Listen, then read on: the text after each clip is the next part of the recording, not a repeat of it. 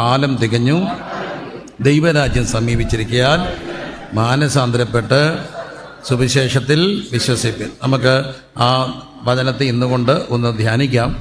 4 കാര്യങ്ങളാണ് ആ വാക്യത്തിൽ കാണുന്നത്. 1, കാലം തികഞ്ഞു. 2, ദൈവരാജ്യം സമീപിച്ചിരിക്കുന്നു. 3, മാനസാന്തരപ്പെടണം. 4, സുവിശേഷത്തിൽ വിശ്വസിക്കണം. അപ്പോൾ ഈ വാക്യത്തിൽ ഇന്നുകൊണ്ട് നമുക്ക് ചിന്തിക്കാം. കാലം തികഞ്ഞു.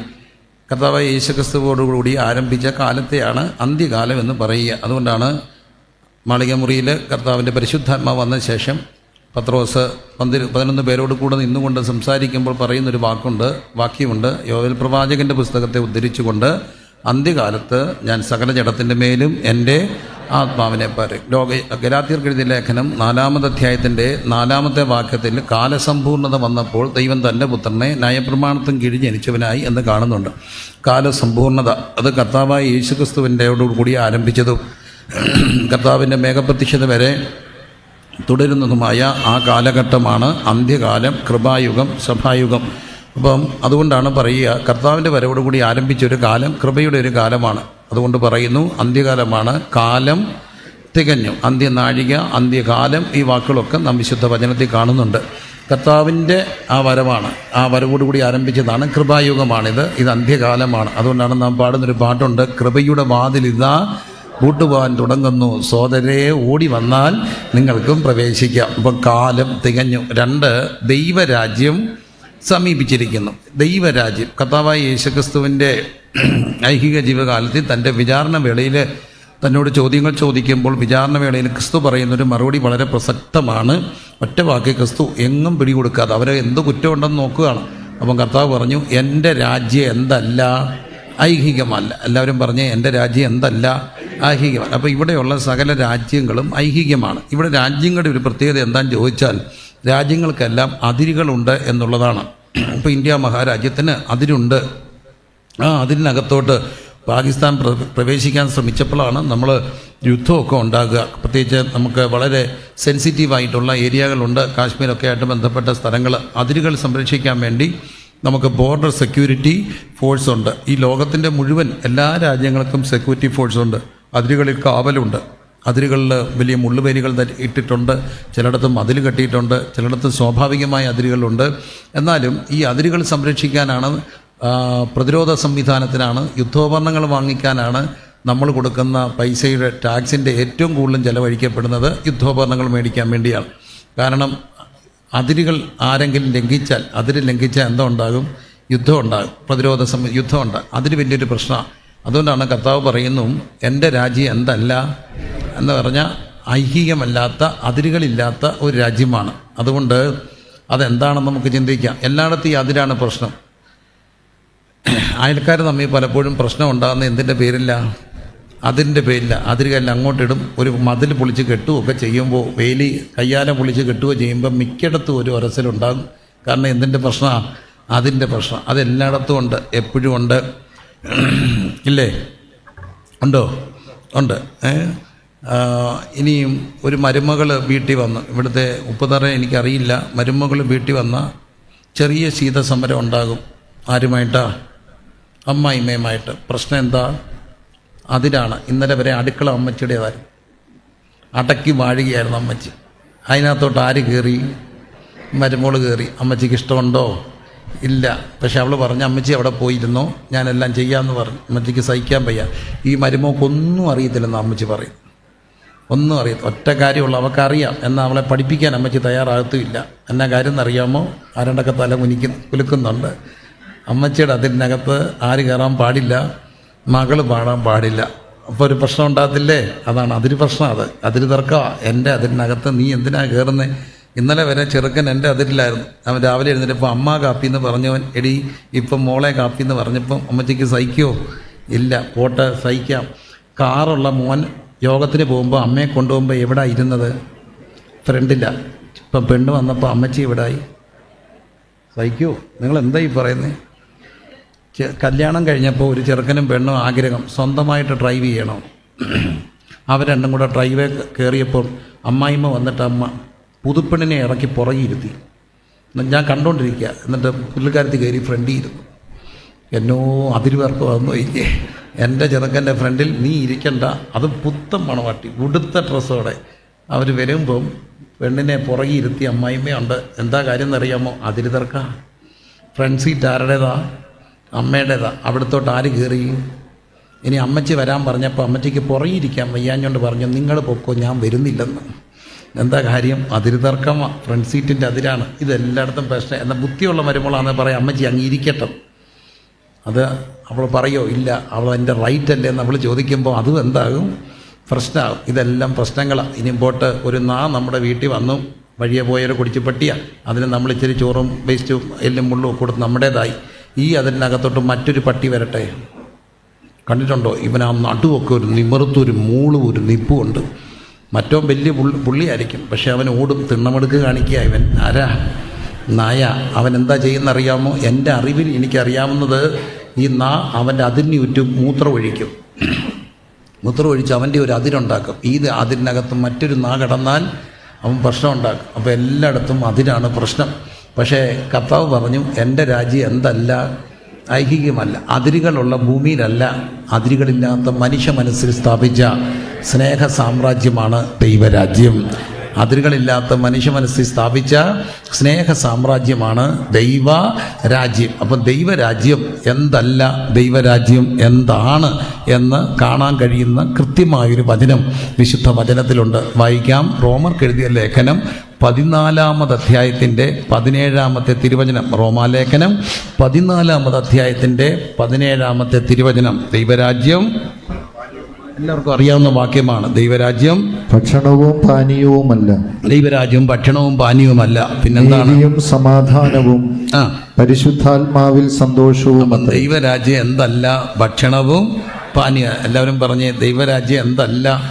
ഭക്ഷണവും പാനീയ അല്ല, നീതിയും സമാധാനവും പരിശുദ്ധാത്മാവിൻ്റെ സന്തോഷമാണ്. അപ്പം ഇന്ന് നമുക്കറിയാം, ഈ ലോകത്തിൻ്റെ ഒരു കൾച്ചർ നോക്കിയാൽ ഈ ഫുഡ് കൾച്ചറാണ് എല്ലായിടത്തും. പ്രത്യേകിച്ചൊരു ഇന്നത്തെ നമ്മുടെ ഒരു യുവലോകമൊക്കെ ഫുഡ് എക്സ്പ്ലോർ ചെയ്യുന്നവരാണ്.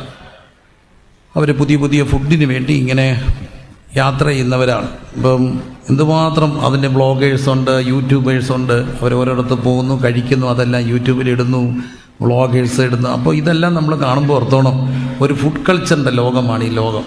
ഞാൻ സാധാരണ പറയുന്നൊരു കാര്യമുണ്ട്, മനുഷ്യൻ മരിച്ചാൽ ഇസ്ലാം ആണെങ്കിലും ക്രിസ്ത്യാനിയാണെങ്കിലും ഹൈന്ദവ സഹോദരനാണെങ്കിലും കമ്മ്യൂണിസ്റ്റുകാരനാണെങ്കിലും കോൺഗ്രസ്സുകാരനാണെങ്കിലും BJP-കാരനാണെങ്കിലും മരിച്ച പിന്നെ മയ്യത്തായാൽ നിര്യാതനായാൽ മരിച്ച ശവമല്ലേ? മരിച്ച പിന്നെ ആരാ? ശവ. പക്ഷെ നമ്മുടെ കോഴി ചത്താൽ എന്തെല്ലാം പേരാവും? നമ്മുടെ കോഴി ഒന്ന് ചത്താൽ അതെന്തെല്ലാം ആകുമെന്നറിയാവോ? പിള്ളേരോടൊക്കെ ചോദിക്കണം. എന്തെല്ലാം? കോഴി പൊട്ടിത്തെറിച്ചത്, കോഴി വറുത്തരച്ചത്, അൽഫാം പറയടാ, മന്തി, പിന്നെ ഷവായി ഇടിക്കുക പറ, ചില്ലി ചിക്കൻ, അതൊക്കെ അച്ഛന് ചില്ലി ചിക്കൻ അതിലൊക്കെ അങ്ങ് ചിക്കൻ 65, പിന്നെ പിരിപ്പിരി, പിന്നെ മുളകിട്ടരച്ചത്, കാന്താരി, ബട്ടർ ചിക്കൻ, പെപ്പർ ചിക്കൻ എന്ന് വേണ്ട 1000 പേരാണ്. KFC ആയി, ചിക്കിങ് ആയി. നമ്മളെല്ലാം ചത്താൽ വെറും ആരാ? ശവ. കോഴി മാത്രം ചത്താൽ എന്തെല്ലാം പേരാ. കാരണം മനുഷ്യൻ ഭക്ഷണത്തിൻ്റെ പുറകെയാണ്, അല്ലേ? മനുഷ്യൻ ഭക്ഷണത്തിൻ്റെ പുറകെയാണ്. അതിനുവേണ്ടി എവിടെ വേണേലും പോകുന്ന ഒരു കാലമാണ്. ഫുഡ് എക്സ്പ്ലോറേഴ്സ് എന്നാ പറയുക.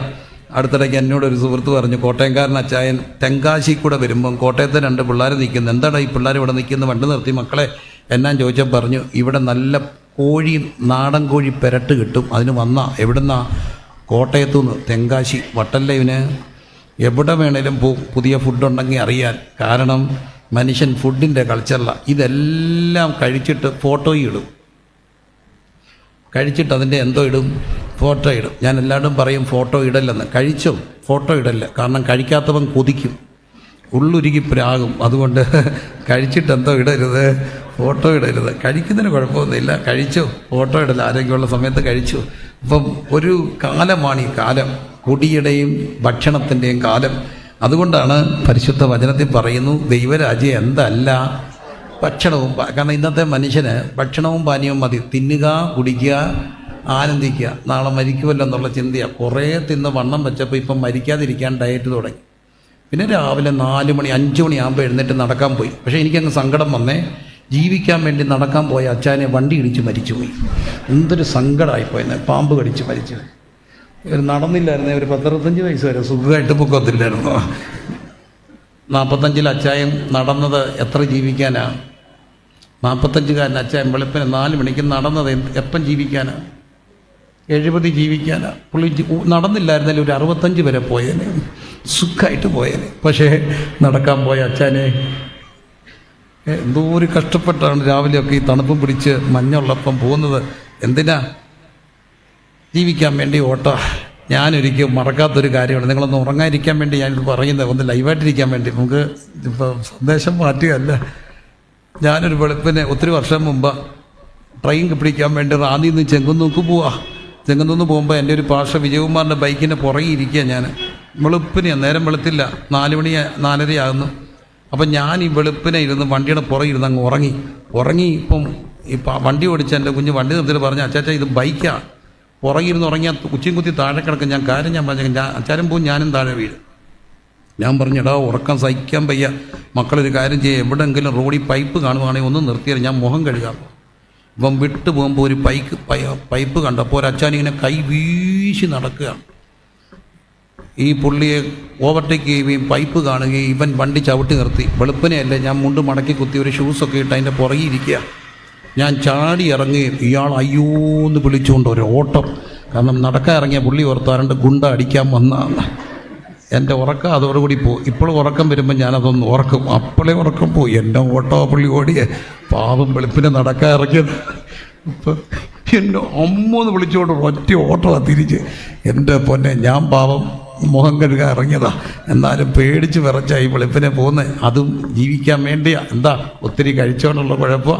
അപ്പം ദൈവരാജ്യം എന്തല്ല, ഭക്ഷണവും പാനീയമല്ല, 3 കാര്യങ്ങളാണ്: നീതി, സമാധാനം, പരിശുദ്ധാത്മാവിൻ്റെ സന്തോഷം. നീതി അതൊരു ജുഡീഷ്യൽ ടേമാണ്, നീതി. പക്ഷേ എന്താണ് നീതീകരണമെന്ന് ഒറ്റ വാക്യത്തിൽ വിശുദ്ധ വേദപുസ്തകം നമ്മളെ പഠിപ്പിക്കുന്നു. റോമർ 5:1 വിശ്വാസത്താൽ നീതീകരിക്കപ്പെട്ടിട്ട് നമുക്ക് കർത്താവായ യേശുക്രിസ്തു മുഖാന്തരം ദൈവത്തോട് എന്തുണ്ട്? സമാധാനമുണ്ട്. എല്ലാവരും ആ വാക്യം ഒന്ന് ഉറക്കെ വായിക്കുക. നമ്മുടെ ബൈബിൾ പ്രഭാഷണമാണല്ലോ, അതുകൊണ്ട് വചനം വായിക്കണം. പറഞ്ഞ് റോമർ 5:1 വിശ്വാസത്താൽ നീതീകരിക്കപ്പെട്ടിട്ട് നമ്മുടെ കർത്താവായ യേശുക്രിസ്തു മൂലം നമുക്ക് ദൈവത്തോട് സമാധാനമുണ്ട്. നമുക്ക് ദൈവത്തോട് എന്തുണ്ട്? സമാധാനമുണ്ട്. അപ്പം നമ്മളെ നീതീകരിക്കപ്പെട്ടതായിട്ട് പ്രഖ്യാപിക്കുകയാണ് വിശ്വാസത്താൽ. എന്ത് വിശ്വാസത്താൽ? എന്തെങ്കിലും വിശ്വസിക്കുകയല്ല, കർത്താവായ യേശുക്രിസ്തുവിലുള്ള വിശ്വാസത്താൽ നീതീകരിക്കപ്പെടുമ്പോൾ.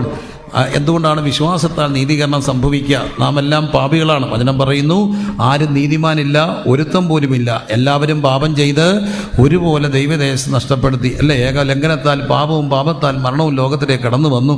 അവിടുത്തെ പുത്രൻ നമുക്ക് വേണ്ടി പാപപരിഹാര യാഗമായി കഴിഞ്ഞപ്പോൾ അവിടുത്തെ പുത്രനായ യേശുവിൻ്റെ രക്തം സകല പാപവും പോക്കി നമ്മെ എന്ത് ചെയ്യും? ശുദ്ധീകരിക്കും. നമ്മുടെ പാപം എത്ര കടിഞ്ഞുവപ്പായിരുന്നാലും അതിനെ ഹിമം പോലെ വെളുപ്പിക്കും. അപ്പോൾ ആ കർത്താവിലുള്ള വിശ്വാസത്താൽ നമുക്ക് ലഭിക്കുന്ന ആ വലിയ ഒരു കാര്യം ദൈവം ചെയ്യുന്നത് നീതീകരണമാണ്. നമ്മളെ നീതീകരിക്കപ്പെട്ടവരായി, കുറ്റവിമുക്തരായി പ്രഖ്യാപിക്കുന്നു. തെറ്റിൻ്റെ കുറ്റം ആരേറ്റെടുത്തു? കർത്താവ് ഏറ്റെടുത്തു. തെറ്റിൻ്റെ കുറ്റം കർത്താവ് ഏറ്റെടുത്തിട്ട് നമ്മൾ കുറ്റവിമുക്തരായി മാറുന്ന ആ വിശ്വാസത്താലുള്ള നീതീകരണം. ദൈവരാജ്യം ഭക്ഷണവും പാനീയവുമല്ല, നീതിയും. എന്താണ്? സമാധാനമാണ്. എല്ലാവരും ഒന്ന് പറഞ്ഞേ, എന്താണ് സമാധാനം? ഇവിടെ നാം കാണുന്നു, ദൈവത്തോട് നമുക്ക് എന്തുണ്ടാകുന്നു? സമാധാനം ഉണ്ടാകും. ഈ സമാധാനം എന്ന് പറയുന്ന ഒരു വാക്ക് നമുക്കറിയാം. മനുഷ്യരെല്ലാം സമാധാന അന്വേഷികളാണ്. നമുക്ക് വേണ്ടതും സമാധാനമാണ്. എന്താണ് സമാധാനം? സമാധാനത്തിൻ്റെ പ്രധാനമായ കാര്യം, സമാധാനം പോകുന്നത് എങ്ങനെയാ? ദൈവവുമായിട്ടുള്ള സമാധാനമാണ്. അതുകൊണ്ടാണ് ദൈവത്തോട് എന്തുണ്ട്? സമാധാനം. ഈ ദൈവത്തോടുള്ള സമാധാനം എങ്ങനെയാണ് നഷ്ടപ്പെട്ടത്? ആദ്യ മനുഷ്യനെ നമുക്കറിയാം, ആദമും ഹവ്വയും നിഷ്പാപ യുഗത്തിൽ അവർ ദൈവത്തോട് അബ്സല്യൂട്ട് ഹാർമണിയിലായിരുന്നു കേട്ടോ. എന്നും ദൈവം തോട്ടത്തിൽ വരും. ദൈവം തോട്ടത്തിൽ വന്നിട്ട് ആരോടൊപ്പം നടക്കും? മനുഷ്യനോടൊപ്പം നടക്കും. പക്ഷേ ദൈവം അവരോട് പറഞ്ഞു, തോട്ടത്തിൻ്റെ നടുക്ക് നന്മതിന്മകളുടെ വൃക്ഷഫലമുണ്ട്, അറിവിൻ്റെ വൃക്ഷഫലം. അതിൽ നിന്ന് നിങ്ങൾ എന്ത് ചെയ്യാൻ പാടില്ല? കഴിക്കാൻ പാടില്ല. കഴിച്ചാൽ എന്ത് പറ്റും? കഴിക്കുന്ന നാളിൽ നിങ്ങൾ എന്ത് ചെയ്തു പോകും? മരിക്കും. എന്നാൽ സാത്താൻ വന്നിട്ട് പറഞ്ഞ്, അങ്ങനല്ല, നിങ്ങൾ കഴിച്ചാൽ നിങ്ങളുടെ കണ്ണ് തുറക്കും, നിങ്ങൾ ആരെ പോലാകും? ദൈവത്തെ പോലാകും. അവിടെ പറ്റിയ വലിയൊരു അപകടം, ദൈവം പറഞ്ഞത് വിശ്വസിച്ചില്ല, പക്ഷെ ആര് പറഞ്ഞത് വിശ്വസിച്ചു? പിശാച് പറഞ്ഞത്. സർപ്പം ഉപായത്താൽ ഹവ്വായെ എന്ത് ചെയ്തു?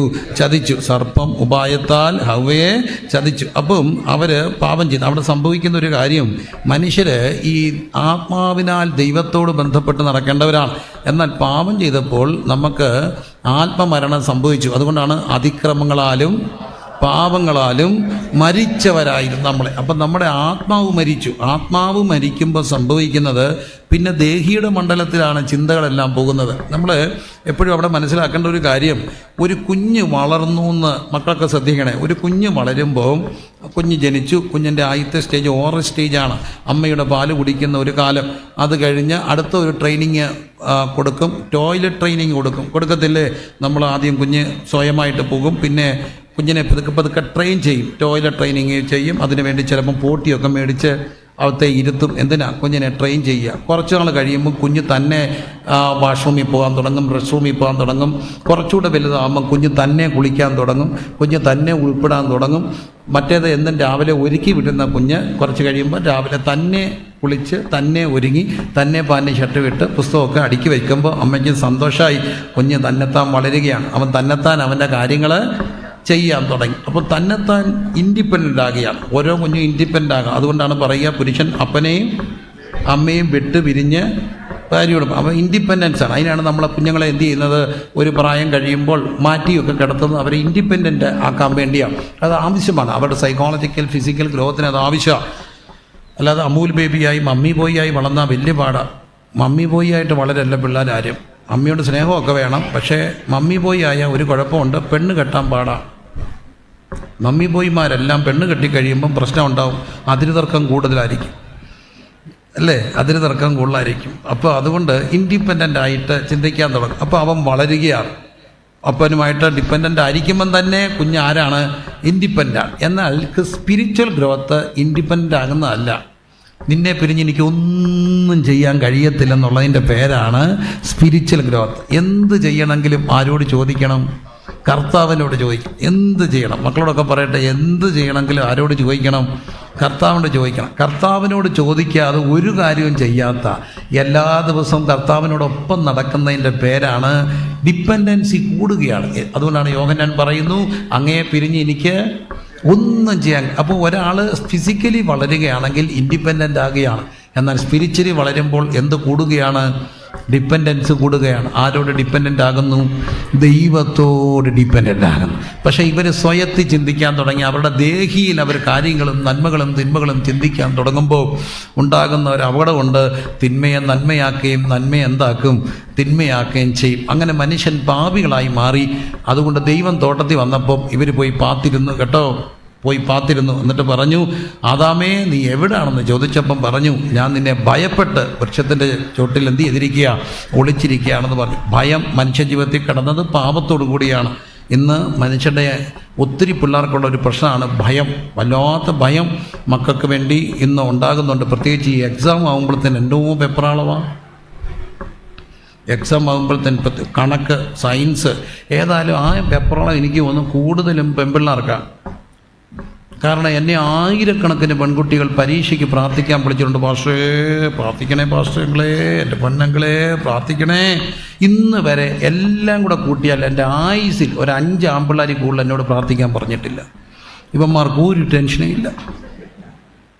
അതുകൊണ്ട് ഞാൻ എല്ലാ ആൺപിള്ളേരോടും പറയുകയാണ്, ഈ പെൺപിള്ളേർ ടെൻഷൻ അടിച്ചും കാണാതെ പഠിച്ചും അങ്ങ് പഠിക്കും, ഇവരങ്ങ് പാസ്സാകും. ഇവന്മാർ പാസ്സാകത്തില്ല. അതുകൊണ്ട് ഈ പഠിച്ച പെണ്ണിനെ ചെറുക്കനെ കെട്ടത്തില്ല. അതുകൊണ്ട് പെണ്ണ് കെട്ടണമെങ്കിൽ എന്തെങ്കിലും ഒന്ന് പഠിക്കണം. അല്ല, സത്യമായിട്ടും ഈ പെൺപിള്ളാരുടെ എല്ലാം പ്രശ്നം ഇതുങ്ങളങ്ങ് പഠിക്കുമെന്നേ. പഠിച്ച പെണ്ണിന് പഠിക്കാത്ത ചെറുക്കനെ കൊണ്ട് കെട്ടിക്കാൻ ഒക്കുമോ? ഇല്ല. അതുകൊണ്ട് എല്ലാ ആൺപിള്ളാരോടും പറയുക, കുറഞ്ഞ ഒരു ഡിഗ്രി സർട്ടിഫിക്കറ്റ് എങ്ങനെയെങ്കിലും അങ്ങ് ഒപ്പിക്കണം. പ്രാർത്ഥിച്ചോ ഉപവസിച്ചോ എങ്ങനെയെങ്കിലുമൊക്കെ അങ്ങ് ഒപ്പിക്കണം. എന്താ കാര്യം എന്നറിയാം? പെണ്ണ് കെട്ടാനാണ്. തോട്ടമൊക്കെ ഉണ്ട്, ഏലത്തോട്ടമൊക്കെ ഉണ്ട്, എന്നാലും വിദ്യാഭ്യാസം വേണ്ട കുഞ്ഞെ. കാരണം പെണ്ണ് MSc BSc എങ്കിലും ഇല്ലെങ്കിൽ അവൾക്ക് കെട്ടടിക്കാൻ ഒക്കുമോ? അപ്പോൾ അതുകൊണ്ട് എല്ലാ ആമ്പിള്ളാരും പറയുകയാണ്, ഇടുക്കിയിലെ എല്ലാ ആമ്പിള്ളാരും ഏലവും കാപ്പിയും എസ്റ്റേറ്റും ഒക്കെ നോക്കിക്കോ, പക്ഷേ ഇടയ്ക്ക് പഠിക്കൂടെ വേണം. എന്ത് ചെയ്യാനാ?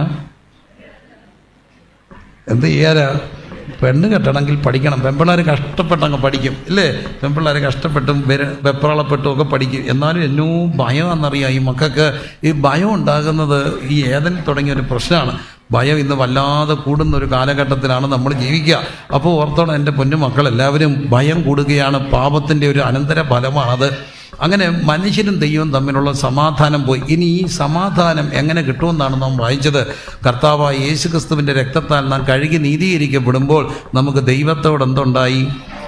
വചനം പറയുന്നു, ലംഘനം ക്ഷമിച്ചും പാപം മറച്ചും കിട്ടിയ മനുഷ്യൻ ഭാഗ്യവാൻ. എന്നാൽ ലംഘനം മറച്ചു വെക്കുന്നവന് ശുഭം വരികയില്ല, അവ ഏറ്റുപറഞ്ഞ് ഉപേക്ഷിക്കുന്നവനോ കരുണ ലഭിക്കും. അപ്പം ദൈവത്തോട് പാപം ദൈവത്തോടുള്ള സമാധാനം കളയും. പാപം ദൈവത്തോടുള്ള സമാധാനം. അതുകൊണ്ട് എല്ലാ പാപങ്ങളും, തെറ്റില്ലാത്ത ആരും ഇല്ല. അതുകൊണ്ട് എല്ലാ ദിവസവും ദൈവത്തോട് നമ്മളെ തന്നെ ഒന്ന് ശോധന ചെയ്ത് ജീവിതത്തിൽ വന്ന പാപങ്ങൾ ദൈവത്തോട് എന്ത് ചെയ്യണം? ഏറ്റുപറയുമ്പോൾ നമുക്ക് എന്തുണ്ടാകും? സമാധാനം, പാപക്ഷമ, ദൈവത്തോടൊരു നിരപ്പ്, ദൈവത്തോട് സമാധാനം. എല്ലാവരും ആ വാക്കെന്ന് പറഞ്ഞേ, ദൈവത്തോട് സമാധാനം. ഈ ദൈവത്തോട് സമാധാനം ഉണ്ടെങ്കിലേ മനുഷ്യൻ തന്നിലൊരു സമാധാനം ഉണ്ടാകത്തുള്ളൂ. തന്നിൽ സമാധാനം, ആരില്ല? നമ്മിൽ സമാധാനം. മക്കൾക്ക് മനസ്സിലാവുന്നുണ്ടോ? നമ്മിൽ സമാധാനം. ഇന്ന് ഞാൻ കാണുന്ന മനുഷ്യരുടെ ഒരു പ്രശ്നം, മനുഷ്യർക്ക് പലർക്കും അവരവരിലൊരു സമാധാനം ഇല്ല. നല്ല സുന്ദരി പെൺകുട്ടി, എന്നോ സൗന്ദര്യമുള്ളൊരു കുട്ടി ഞാൻ ഒരിക്കൽ കണ്ടാണ്. അവിടെ കൈ മുറിഞ്ഞിരിക്കുക. എന്ന കാര്യം ചോദിച്ചാൽ അവൾ കണ്ണാടി ഇടിച്ചു പൊട്ടിച്ചു. സുന്ദരി പെൺകുട്ടി കണ്ണാടി നോക്കിയിട്ട് കൊള്ളത്തില്ലെന്നുള്ള ചിന്തയിൽ ഒറ്റ ഇടി കണ്ണാടി കൈ മുറിഞ്ഞു പോയി. ഞാൻ ചോദിച്ചാൽ എന്താ പറ്റിയെന്ന് ചോദിച്ചപ്പോൾ പറഞ്ഞു, ഞാൻ ചോദിച്ചു, എൻ്റെ പൊന്നു കുഞ്ഞ്, നീ എന്തോ സുന്ദരി, എന്നൊക്കെ നല്ല വെളുത്ത ഒരു കുഞ്ഞ്, പിന്നെ വെളുത്ത് വിളവിളാന്നിരിക്കുക. അവിടെ പ്രശ്നം കറക്കണമെന്നുള്ളതാണ്. ഇരുനിറമായിരുന്നു, ഒറ്റ ഇടിക്കുക. അത് ഒരു വലിയ പ്രശ്നമാണ്. ഒത്തിരി പിള്ളേർക്ക് ആ പ്രശ്നമുണ്ട്. നീളം കുറഞ്ഞുള്ളതിന് പ്രശ്നമുള്ളവരെ ഞാൻ കണ്ടിട്ടുണ്ട്. നീളക്കുറവാണ് ഭയങ്കര പ്രശ്നമാണ്. എനിക്കും ഉണ്ടായിരുന്നു ആ പ്രശ്നം, നീളക്കുറവാണ്. എൻ്റെ അപ്പന് ഭയങ്കര പൊക്കമായിരുന്നു, നല്ല സ്മാർട്ടായിരുന്നു. അപ്പൻ്റെ ഒരു കൊണിശം പേഴ്സണാലിറ്റി എനിക്ക് കിട്ടിയില്ല. എൻ്റെ സൗന്ദര്യമായിരുന്നു അറിയാം എൻ്റെ അപ്പന് ജുബായൊക്കെ ഇട്ട് ഇന്ന് ആരും നോക്കുമായിരുന്നു. പക്ഷെ എൻ്റെ അമ്മ ഇത്രയുള്ളൊരു കൊച്ചു സൗകര്യമായിരുന്നു. എൻ്റെ അപ്പനോട് എനിക്ക് പിണക്കായിരുന്നു. എന്തിനാണെന്നറിയാമോ? എൻ്റെ അമ്മയെ കെട്ടിയത്. കാരണം നല്ല പൊക്കമുള്ളൊരു പെണ്ണെ കെട്ടിയായിരുന്നു നമ്മൾ മിടുക്കരാകത്തില്ലേ. സങ്കടം മാറിയത് ഒറ്റ പ്രാവശ്യം. ഞാൻ എൻ്റെ അമ്മയും കൊണ്ട് സ്കൂട്ടർ ഓടിച്ച് പോവുക, റോഡെ ഒരാൾ വരുന്നു, ഇത്രയേ ഉള്ളൂ. എൻ്റെ അമ്മ എന്നോട് പറഞ്ഞു, നീ ആ മനുഷ്യനെ ഒന്ന് നോക്കിയത്, സൂക്ഷിച്ച് നോക്കല്ലേ, പക്ഷെ പുള്ളി മനസ്സിലാകാതെ നോക്കടോ. ഞാൻ ചോദിച്ചു, എന്നെ ഇവിടെ പറയാം, നീ നോക്കിയപ്പോൾ ഇത്രയുള്ള ഒരാളാണ്. എൻ്റെ പുള്ളിയുമായിട്ട് എൻ്റെ കല്യാണം ഉറച്ചിട്ട് മാറിയതാ. ഞാൻ എൻ്റെ ദൈവത്തിന് 1000 സ്തോത്രം ചെയ്തു.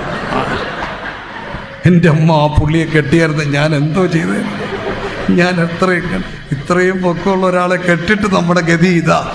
എന്നാലും അതോടെ എൻ്റെ കോംപ്ലക്സ് മാറി, സ്തോത്രം ചെയ്യാൻ തുടങ്ങി. കാരണം എൻ്റെ അപ്പനെ കെട്ടിയോണ്ടല്ല ഞാൻ ഇത്രയെങ്കിലുമൊക്കെ ഇരിക്കുന്നത്.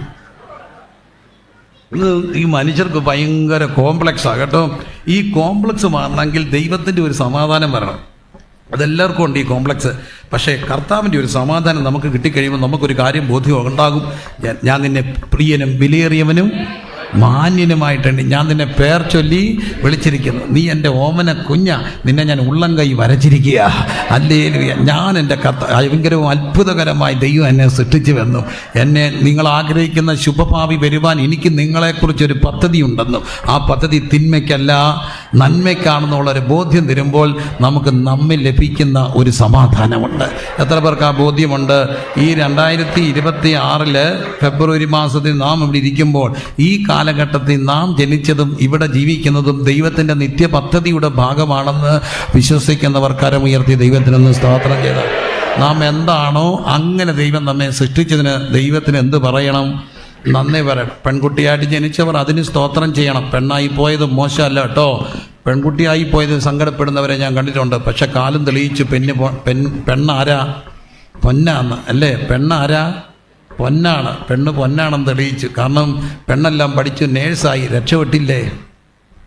പലരും രക്ഷപ്പെട്ടത് ആര് വന്ന കേരളത്തിനൊരു മാറ്റം ഉണ്ടായത് ആരിൽ കൂടാ? പെൺപിള്ളാരിൽ കൂടാണ്. അന്ന് പെണ്ണ് ഭാരമായിരുന്നെങ്കിൽ ഇന്ന് പെണ്ണ് ഭാഗ്യമായിട്ട് മാറുക. മറക്കരുത്, പെണ്ണാന്നേലും ആണാന്നേലും നാം എല്ലാം ആരുടെ വകയാ? ദൈവത്തിൻ്റെ വകയാ. കറുത്താണേലും വെളുത്താണേലും ആരുടേതാണ്? ദൈവത്തിൻ്റെ ആണ്. പൊക്കം ഉണ്ടെങ്കിലും പൊക്കം ഇല്ലെങ്കിലും ആരുടേതാ? ദൈവത്തിൻ്റേതാണ്. ആര് വണ്ണം ഉണ്ടെങ്കിലും വണ്ണം ഇല്ലെങ്കിലും ആരുടേതാണ്? ദൈവത്തിൻ്റെയാണ്. കരം ഉയർത്തി ദൈവത്തിന് സ്തോത്രം ചെയ്തേ. എനിക്ക് ഞങ്ങളുടെ റാന്നിയിൽ ഫാറ്റ് ബോയ് അസോസിയേഷനുണ്ട്, തടിയന്മാരുടെ ഒരു അസോസിയേഷനുണ്ട്. ഞാൻ അമ്മയോട് പറയും, തടി കുറയ്ക്കരുത് മക്കളെ, കാരണം ഈ തടിയുള്ള പിള്ളേരെ കെട്ടിപ്പിടിക്കാൻ എന്നെ സുഖമാണെന്നറിയാം. ഈ മെല്ലിച്ചനെയൊക്കെ കെട്ടിപ്പിടിച്ചാൽ നമുക്ക് നോക്കും. പക്ഷേ ഇവന്മാരെ നല്ല അതന്നെയല്ല, ഒരു അനുഗ്രഹമല്ല. നമ്മൾ പറയും ആന ചന്തല്ലേ അവർ ഇറങ്ങി നിന്നാ. അപ്പം തടി ഉണ്ടെങ്കിലും തടി ഇല്ലെങ്കിലും ഇതൊന്നും അല്ല വിഷയം. നമ്മൾ ദൈവത്തിൻ്റെ ആണെങ്കിൽ നമുക്ക് ദൈവത്തോടൊരു സമാധാനമുണ്ട്. ആ ദൈവത്തോട് സമാധാനം ഉണ്ടാകുമ്പോൾ നമ്മുടെ അകത്തൊരു ബോധ്യം കിട്ടും, ഞാൻ ആരുടെ വകയാണ്? ദൈവത്തിൻ്റെ. അത് ക്രിസ്തുവിലൂടെ ലഭിക്കുന്ന ഒരു ബോധ്യമാണ്. ആ ബോധ്യമാണ് നമ്മുടെ അകത്ത് വ്യാപരിക്കുന്ന എല്ലാ ഇൻഫീരിയറിറ്റിയും ബാധിക്കുന്നത്, എല്ലാത്തിനെയും മാറ്റുന്നത്. കാരണം ഞാൻ യേശുവിൻ്റെ വകയാണ്. അത് വിശ്വസിക്കുന്നവർ ദൈവത്തിനൊന്ന് സ്തോത്രം ചെയ്തേ. യേശു ഉണ്ടോ? യേശുവിൻ്റെതാണെന്ന് ബോധ്യമുള്ളവർക്കെല്ലാം ലഭിക്കുന്ന നമുക്ക് കഴിവൊന്നും അല്ല വിഷയം. നമ്മുടെ ദൈവത്തിൻ്റെ മകനാണെങ്കിൽ നമ്മുടെ ഐഡൻറ്റിറ്റി ക്രിസ്തുവിലൂടെ മാറുകയാണ്. ഈ രാത്രി എന്നെ കേൾക്കുന്ന എല്ലാ പൊന്നും മക്കളോടും പറയട്ടെ, നമ്മൾ പലപ്പോഴും നമ്മളെ കാണുന്നത് ആരുടെ കണ്ണിക്കൂടാ? നമ്മൾ പലപ്പോഴും നമ്മളെ കാണുന്നത് ആരുടെ കണ്ണിക്കൂടാന്ന് ചോദിച്ചാൽ പറയാം മക്കളെ, നമ്മളെക്കുറിച്ച് മറ്റുള്ളവർ പറയുന്നവരുടെ കണ്ണിക്കൂടാ. ഒരു കുഞ്ഞ് ജനിച്ചപ്പോൾ ആ കുഞ്ഞ് കറുത്തതാണ്. മറ്റൊരു കുഞ്ഞ് ജനിച്ചു, നല്ല വെളുപ്പ. അമ്മ സ്വാഭാവികമായിട്ട്, എനിക്ക് ഒട്ടുപറയാൻ അറിയത്തില്ല, ഞങ്ങളുടെ അവിടുത്തെ അപ്പച്ചന്മാർ ഈ കറുത്ത കൊച്ചിനെ എടുത്തിട്ട് പറയും, ഞങ്ങളുടെ കറുത്ത മുത്തേ. മറ്റേ വെളുത്ത കുഞ്ഞിനെ എടുത്തിട്ട് എന്തോ പറയും? ചുന്നരി കുട്ടിയേ പറയത്തില്ലേ? പറയും. അപ്പോൾ എൻ്റെ കൂടെ പഠിച്ച ഒരു കൊച്ച് മിടുക്കിയാണ്, ഭയങ്കര വാചാലമായിട്ട് സംസാരിക്കും. ചെറിയ ക്ലാസ്സിലൊന്നും അല്ല, ഭയങ്കര സീനിയർ കോളേജിൽ പഠിക്കുന്ന സമയത്ത്. അപ്പോൾ അവളൊരു ദിവസം എന്നോട് പറഞ്ഞെടാ, ഞാൻ ഈ കറുത്തത് എങ്ങനെയായി നിനക്കറിയാമോ? എൻ്റെ ഗതികേട് കണ്ടോടെന്നെ. ഞാൻ ചോദിച്ചത് എന്താ പറ്റിയാ? എടാ എൻ്റെ ചേച്ചിമാർ, അവിടെ ചേച്ചിമാർ ഭയങ്കര സുന്ദരിമാരാണ്, ഞാൻ കണ്ടിട്ടുണ്ട്. എടാ അവർ സുന്ദരിമാരായിപ്പോയി, എൻ്റെ അവസ്ഥ കണ്ടോടാ. ഞാൻ ചോദിച്ചു എന്താ പറ്റിയാടാ? ഗതികേട്. എന്നെ പ്രസവിച്ചത് ആ പുഷ്പകരിയില്ല. പുഷ്പഗിരി ഹോസ്പിറ്റലില്ലേ? പുഷ്പകരിയില്ല. പക്ഷെ മൂത്തനെ രണ്ടിനെ അമ്മ പ്രസവിച്ചത് തിരുവല്ല സായിപ്പിൻ്റെ ആശുപത്രിയിലാണ്. സായിപ്പിൻ്റെ ആശുപത്രി പ്രസവിച്ചത് വെളുത്തിരുന്നു. പുഷ്പകരി പ്രസവിച്ചത് എന്തായിപ്പോയി? കറുത്തായിപ്പോയി അല്ലേ? അപ്പോൾ കറുത്താന്നേലും വെളുത്താന്ന്. അപ്പം നമ്മൾ മറ്റുള്ളവർ നമ്മളെ പറഞ്ഞ കണ്ണിക്കൂടാണ് നമ്മൾ എന്ത് ചെയ്യുന്നത്? കാണുന്നത്. ഒരു കൊച്ച് നല്ലപോലെ പഠിച്ചു മിടുക്കി കൊച്ച, പക്ഷെ പഠിക്കാത്തൊരു കൊച്ചനെ നമ്മൾ എന്താ വിളിക്കും? മൊണ്ണയാ. പാസ്റ്റർ വരുമ്പോൾ ഈ അപ്പനും അമ്മ എന്തോ ഇന്നറിയാമോ, ഈ പിള്ളേരെ നിർത്തിയിട്ട് പറയും, പാസ്റ്ററെ ഇവനെ ഓർത്ത് എനിക്കൊരു ഭാരവും ഇല്ല കേട്ടോ, മിടുക്കനാ കേട്ടോ, ഒരു കംപ്ലൈൻറ്റും ഇല്ല, നല്ല ഇറക്കനാ. ഇവനുണ്ടല്ലോ ഇവനുണ്ടല്ലോ ഈ മുത്തല മൊണ്ണ, ഒരക്ഷരവും പഠിക്കത്തില്ല, ഒച്ചരം. പക്ഷെ അവസാനം ഏറ്റവും മിടുക്കനാകുന്ന ആരായിരിക്കും എന്നറിയാമോ? ഈ മൊണ്ണയായിരിക്കും. തമ്പുരാൻ ഈ മൊണ്ണ ദൈവത്തോട് പ്രാർത്ഥിക്കും, തമ്പുരാനെ ഞാൻ പൊട്ടനാ, എന്നെ സഹായിക്കണേ എന്ന് പ്രാർത്ഥിക്കുമ്പോൾ എൻ്റെ ദൈവം പിമ്പനെ മുൻപനാക്കും. ജ്ഞാനികളെ ലജ്ജിപ്പിപ്പാൻ ലോകത്തിൽ പോഷത്വമായി തിരഞ്ഞെടുക്കും. അമ്മ പറഞ്ഞ കണ്ണിക്കൂടോ പ്രോഗ്രസ് കാർഡിലെ റിപ്പോർട്ട് നോക്കി മാർക്ക് നോക്കി സാറന്മാർ പറഞ്ഞ കണ്ണിക്കൂടോ നിങ്ങളെ കാണരുത്. യേശുവിൻ്റെ കണ്ണിക്കൂടെ കണ്ടാൽ നാം വലിയ ദൈവ പദ്ധതി ഉള്ളവരാ. കുഞ്ഞുങ്ങളെല്ലാം പറയട്ടെ, നമ്മൾ കാണേണ്ടത് യേശുവിലൂടെ നമ്മെ കാണണോ. കർത്താവ് പറയുന്നു, കുഞ്ഞെ നീ എനിക്ക് പ്രിയനാണ്, നിന്നെ ഞാൻ പേർ ചൊല്ലി വിളിച്ചതാണ്, നിന്നെ ഞാൻ വീണ്ടെടുത്ത്, നീ എൻ്റെ രക്തത്തിൻ്റെ വിലയാണ്. ഈ രാത്രി കർത്താവിൻ്റെ കണ്ണിക്കൂടെ കാണാനുള്ള കൃപ പ്രാപിക്കണം. യേശുവിൻ്റെ കണ്ണിക്കൂടെ നമ്മെ കാണുമ്പോൾ നമുക്കൊരു കാര്യം മനസ്സിലാകൂ, നമുക്ക് വലിയ പദ്ധതിയുള്ളവരാണ്. ഹല്ലേലൂയ. അപ്പോൾ ഒന്ന് ദൈവത്തിൻ്റെ കണ്ണിൽ കൂടെ കാണുക, അന്നേരമാണ് നമുക്ക് നമ്മിലൊരു സമാധാനം ഉണ്ടാകും. നമ്മിൽ സമാധാനം ഉണ്ടെങ്കിലേ നമുക്ക് നല്ലതായിട്ട് മറ്റുള്ളവരോട് എന്ത് ചെയ്യാനൊക്കത്തുള്ളൂ? സമാധാനത്തിൽ ജീവിക്കാനൊക്കത്തുള്ളൂ. ഞാൻ നിങ്ങളോട് ചോദിച്ചോട്ടെ മക്കളെ, ഈ റെഡ് ലൈറ്റ് കിടക്കുമ്പോൾ, റെഡ് സിഗ്നലിൽ കിടക്കുകയാണ്, വണ്ടി പോകണോ വണ്ടി പോകണ്ടായോ? വണ്ടി ഓടിക്കുന്നവരൊന്ന് കൈപൊക്കിക്കുക. റെഡ് ലൈറ്റ് കിടക്കുമ്പോൾ വണ്ടി പോകണോ പോകണ്ടായോ? പോകേണ്ടത് ചവിട്ടി. ഈ റെഡ് ലൈറ്റ് നമ്മൾ കിടക്കുമ്പോൾ പുറകെ കിടന്ന് ഓൺ അടിക്കുന്നവരെ കണ്ടിട്ടുണ്ടോ? റെഡ് ലൈറ്റ് നമ്മൾ കിടക്കുമ്പോൾ ഇവരെന്തിനാ ഈ ഓൺ അടിക്കുന്നേ? അവർക്ക് സമാധാനം ഇല്ല. ഈ തകർപ്പൻ ഓൺ അടിക്കുമ്പോൾ ഇറങ്ങിച്ചെന്ന് ഒറ്റ ഹട്ടിയാ കന്നം തീർത്ത് കൊടുക്കാൻ തോന്നും. പക്ഷേ ഇറങ്ങിച്ചെന്നാൽ പോകാതിരിക്കണമെങ്കിൽ എന്തോ വേണം? അത് കേട്ടിട്ട് മിണ്ടാതിരിക്കണമെങ്കിൽ എന്തോ വേണം? സമാധാനം. അത് പൊക്കോട്ടെ. ഈ വണ്ടി ഇങ്ങനെ പോകുകയാണ്, നമ്മളെ വേറൊരു വണ്ടി ഓവർടേക്ക് ചെയ്യുന്നു. അപ്പോൾ സ്വാഭാവികമായിട്ട് ഈ വണ്ടി എന്തോ ചെയ്യണം? ഈ വണ്ടി എന്തോ ചെയ്യണം? സ്ലോ ചെയ്ത് കൊടുക്കണ്ടേ? എന്നാലേ ഈ വണ്ടി കയറിപ്പോകത്തുള്ളൊരു വളവല്ലേ, അപകടത്തില്ലേ. പക്ഷേ സ്ലോ ചെയ്യാതിരിക്കുന്നവരെ കണ്ടിട്ടുണ്ടോ? അച്ചായൻ സ്ലോ ചെയ്തപ്പോൾ ഇപ്പുറത്തിരുന്ന ചേച്ചി പറയുന്നു, കയറ്റിവിടരുത്, അവ അഹങ്കാരി, കയറ്റിവിടരുത്, കയറ്റിവിട്. ചേച്ചിക്കും എന്തോ ഇല്ല, അവനങ്ങ് കയറി പൊക്കോട്ടെന്ന് വെച്ചാൽ ഈ പ്രശ്നം വല്ലതും ഉണ്ടോ? പക്ഷെ ചേച്ചിക്ക് എന്തോ ഇല്ല, സമാധാനമില്ല. ചേട്ടനും എന്തോ ഇല്ല, സമാധാനം. ഇനി പോട്ട് ഒരു വണ്ടി നമ്മളെ ഓവർടേക്ക് ചെയ്ത് കയറി വരിക, ഓപ്പോസിറ്റ് ഒരു വണ്ടി വരിക, അവൻ സ്വാഭാവികമായിട്ട് എന്ത് ചെയ്യണം?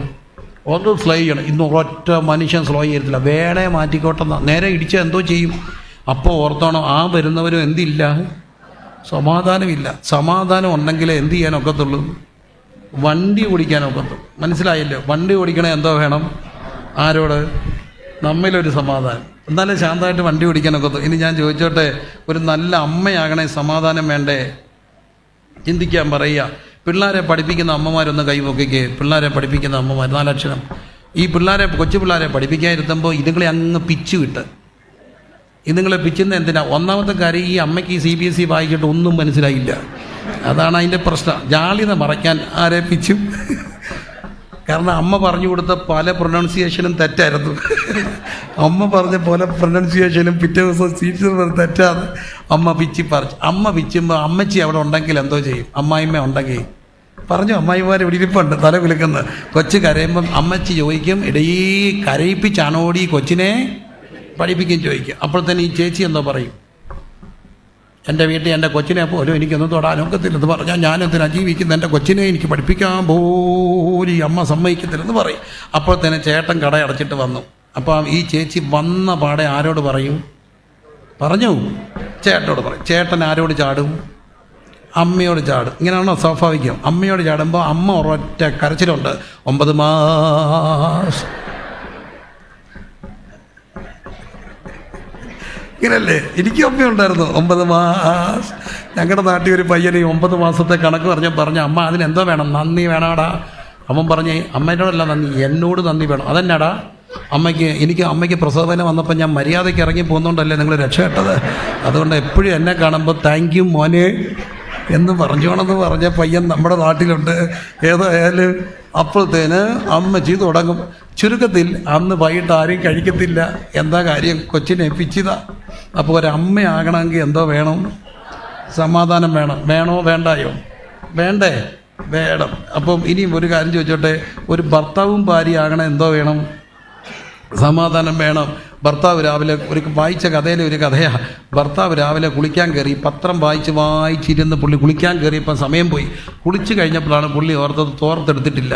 പുള്ളി അവിടെ കിടന്നുകൊണ്ട് കഥക ശകലം തുറന്ന് തല പുറത്തിട്ടിട്ട് വിളിച്ചു കൂവി, എടിയേ എടിയേ. തോർത്തെന്ന് പറഞ്ഞത് കേട്ടില്ല. എടി അപ്പുറത്തെ ദോശ ഇട്ടുകൊണ്ടിരിക്കുക. അപ്പോൾ എടി വന്നു. എന്തുവാ മനുഷ്യാന്ന് ചോദിച്ചുകൊണ്ട് എടി വന്നു. അപ്പം പറഞ്ഞു, ഇടി അതിങ്ങോട്ട് തരാൻ പറഞ്ഞു. ഏതാ? അതിങ്ങോട്ട് തരാൻ പറഞ്ഞു. അപ്പോൾ ഇവള് ചോദിച്ചു, എന്നാ മനുഷ്യ? അപ്പം പറഞ്ഞു, അതിങ്ങോട്ട് തരാൻ. അപ്പോൾ ഇവിടെ ഇടി അതിങ്ങോട്ട് തരാൻ പറഞ്ഞു. അപ്പോൾ ഇവള് ദോശ ചുട്ടുകൊണ്ടിരിക്കുകയല്ലേ, ഇവിടെ കൈ ചട്ട് കൊണ്ടായിരുന്നു. അപ്പോൾ ഇവള് ചോദിച്ചു, ഇതാണോ എന്ന് ചോദിച്ചു. ആരോട് ചോദിച്ചു? ഭർത്താവോട് ചോദിച്ചു. അപ്പം തല പകുതി പുറത്ത് കിടക്കുക, ബാക്കിയെല്ലാം അകത്താ, തോർത്തില്ലെന്ന് ഓർത്തോണോ? അപ്പോൾ ഇയാൾ പറഞ്ഞു, അല്ലേലും നിന്നെ ഒന്നും പറഞ്ഞിട്ട് ഒരു കാര്യം. അപ്പോൾ ഇവള് പറഞ്ഞു, വല്ലതും പറയാനുണ്ടേ എന്നെ പറഞ്ഞോണോ, എൻ്റെ വീട്ടുകാരെ എന്ത് ചെയ്യരുത്, പറയരുത്, തല പുറത്ത് കിടക്കാന്ന് ഓർത്തോണേ. അപ്പോൾ അയാൾ പറഞ്ഞു, പറഞ്ഞാൽ നീ എന്തോ ചെയ്യും. അങ്ങനെയാണോ സംഭാഷണം പോകുന്നത്? അപ്പോൾ ഇവള് പറഞ്ഞു, നിങ്ങളുടെ തള്ളയുടെ വിശേഷം എന്നെ കൊണ്ടും കൂടുതലൊന്നും എന്ത് ചെയ്യരുത്, വായിപ്പിക്കരുത് കേട്ടോ, വായിപ്പിക്കരുത്. ഇതിനിടയ്ക്ക് ദോശ കരിഞ്ഞു പോയി. കഴിക്കാൻ വന്നപ്പം കരിഞ്ഞ ദോശ സന്ധ്യയായി വിശ്വസമായി 1-ാം ദിവസം. സത്യത്തിൽ ഇത് സമാധാനം ഇല്ലാഞ്ഞിട്ടാ. ഇടി അത് താന്ന് പറയുന്നതിൻ്റെ സമയത്ത് ഇങ്ങേർക്ക് എന്തോ പറയാം, അയക്കെന്തോ ഇല്ല. അത് പോട്ടെ, എൻ്റെ പൊന്ന് ചേച്ചി, കുളിമുറി ചട്ടുകം വേണോ? ഇതെന്താ പുറം ചൊറിയാനാ? കുളിമുറി ചട്ടുകം വേണോ? ഈ ചട്ടുകം നീട്ടിയ ചേച്ചിക്കും എന്തോ ഇല്ല, സമാധാനം. അപ്പോൾ പെണ്ണ് കെട്ടുന്നതിന് മുമ്പ്, കല്യാണം കഴിക്കുന്നതിന് മുമ്പ് ദൈവത്തോട് സമാധാനം ചോദിച്ച് വാങ്ങിച്ചില്ലെങ്കിൽ എന്തോ ഉണ്ടാകത്തില്ല, നല്ലൊരു ദാമ്പത്യ ജീവിതം ഉണ്ടാകത്തില്ല. അപ്പം ദമ്പതികളാണെങ്കിൽ എന്തോ വേണം, സമാധാനം വേണം. സർവോപരി ഞാൻ പറയും, ഒരു പാസ്റ്റ് ആകണമെങ്കിൽ എന്തോ വേണം, സമാധാനം വേണം. ഞാൻ നല്ലപോലെ ഇത് കഥയൊക്കെ തമാശയൊക്കെ പറയുന്ന കൂട്ടത്തില്ല. ഞങ്ങളുടെ സഭയിൽ നിന്ന് ഒരാൾ പോയി. കാരണം ഞാൻ ഞായറാഴ്ച വരുന്നത് ചിരിക്കാനല്ല. അതുകൊണ്ട് പുള്ളി പോയി. ഞാൻ നല്ല ഒച്ചത്തിൽ പ്രസംഗിച്ചപ്പോൾ ഒരാൾ പറഞ്ഞു, വെറും ബഹളമാണ്, അതിനകത്തൊരു കഴമ്പില്ല. ഞാൻ ശാന്തമായിട്ട് പ്രസംഗിച്ചപ്പം കേട്ടു, അത് പ്രസംഗമൊക്കെ നല്ല ആണെങ്കിലും ബുദ്ധി എന്നാണ് ഒരു ഇതില്ല. ഏതാ ആത്മാവിൻ്റെ ഒരു ഇതില്ല. ഞാൻ നല്ലപോലെ ചിരിക്കായിരുന്നു. എൻ്റെ പൊന്നു പ്രിയരെ, ഞാൻ ചിരിച്ചപ്പോൾ ഞാൻ ഒരു കമൻറ്റ് കേട്ടു, സ്ത്രീകളെ കാണുമ്പോൾ അവനങ്ങ് ചിരി കൂടുതലാണ്. അപ്പം ഞാൻ വളരെ ഡീസൻ്റായി ക്രിസ്തലോട് പറഞ്ഞപ്പം കേട്ടു, അവനിപ്പം ഭയങ്കര ഗമയാണ്. ഞാൻ നല്ലപോലെ ഫുഡ് കൊടുത്തപ്പം കമൻ്റ് കേട്ടു, അവൻ നമ്മൾ ചുരുങ്ങി കൊടുക്കുന്ന അവൻ ലാവിഷായിട്ട് കൊടുക്കുകയാണ്. ഞാൻ കഞ്ഞിയും പയറും കൊടുത്തപ്പം കേട്ടു, ഇപ്പോൾ അർത്ഥ കൈക്ക് എന്തോ ഇടത്തില്ല, ഉപ്പിടത്തില്ല. ഇത് കേട്ടിട്ട് ശുശ്രൂഷിക്കണമെങ്കിൽ എന്തോ വേണം? സമാധാനം വേണം. നമ്മളെക്കുറിച്ച് എന്തെങ്കിലുമൊക്കെ പറഞ്ഞവരാണ് ആ ഇരിക്കുന്നത്. അവരെ കാണുമ്പോൾ സഹോദരാന്ന് വിളിക്കണമെങ്കിൽ എന്തോ വേണം? സമാധാനം. അപ്പോൾ ഒരു പാഷാകണമെങ്കിൽ എന്തോ വേണം? പാഷാൻറ്റി ആകണമെങ്കിൽ അതിനും സമാധാനം വേണം.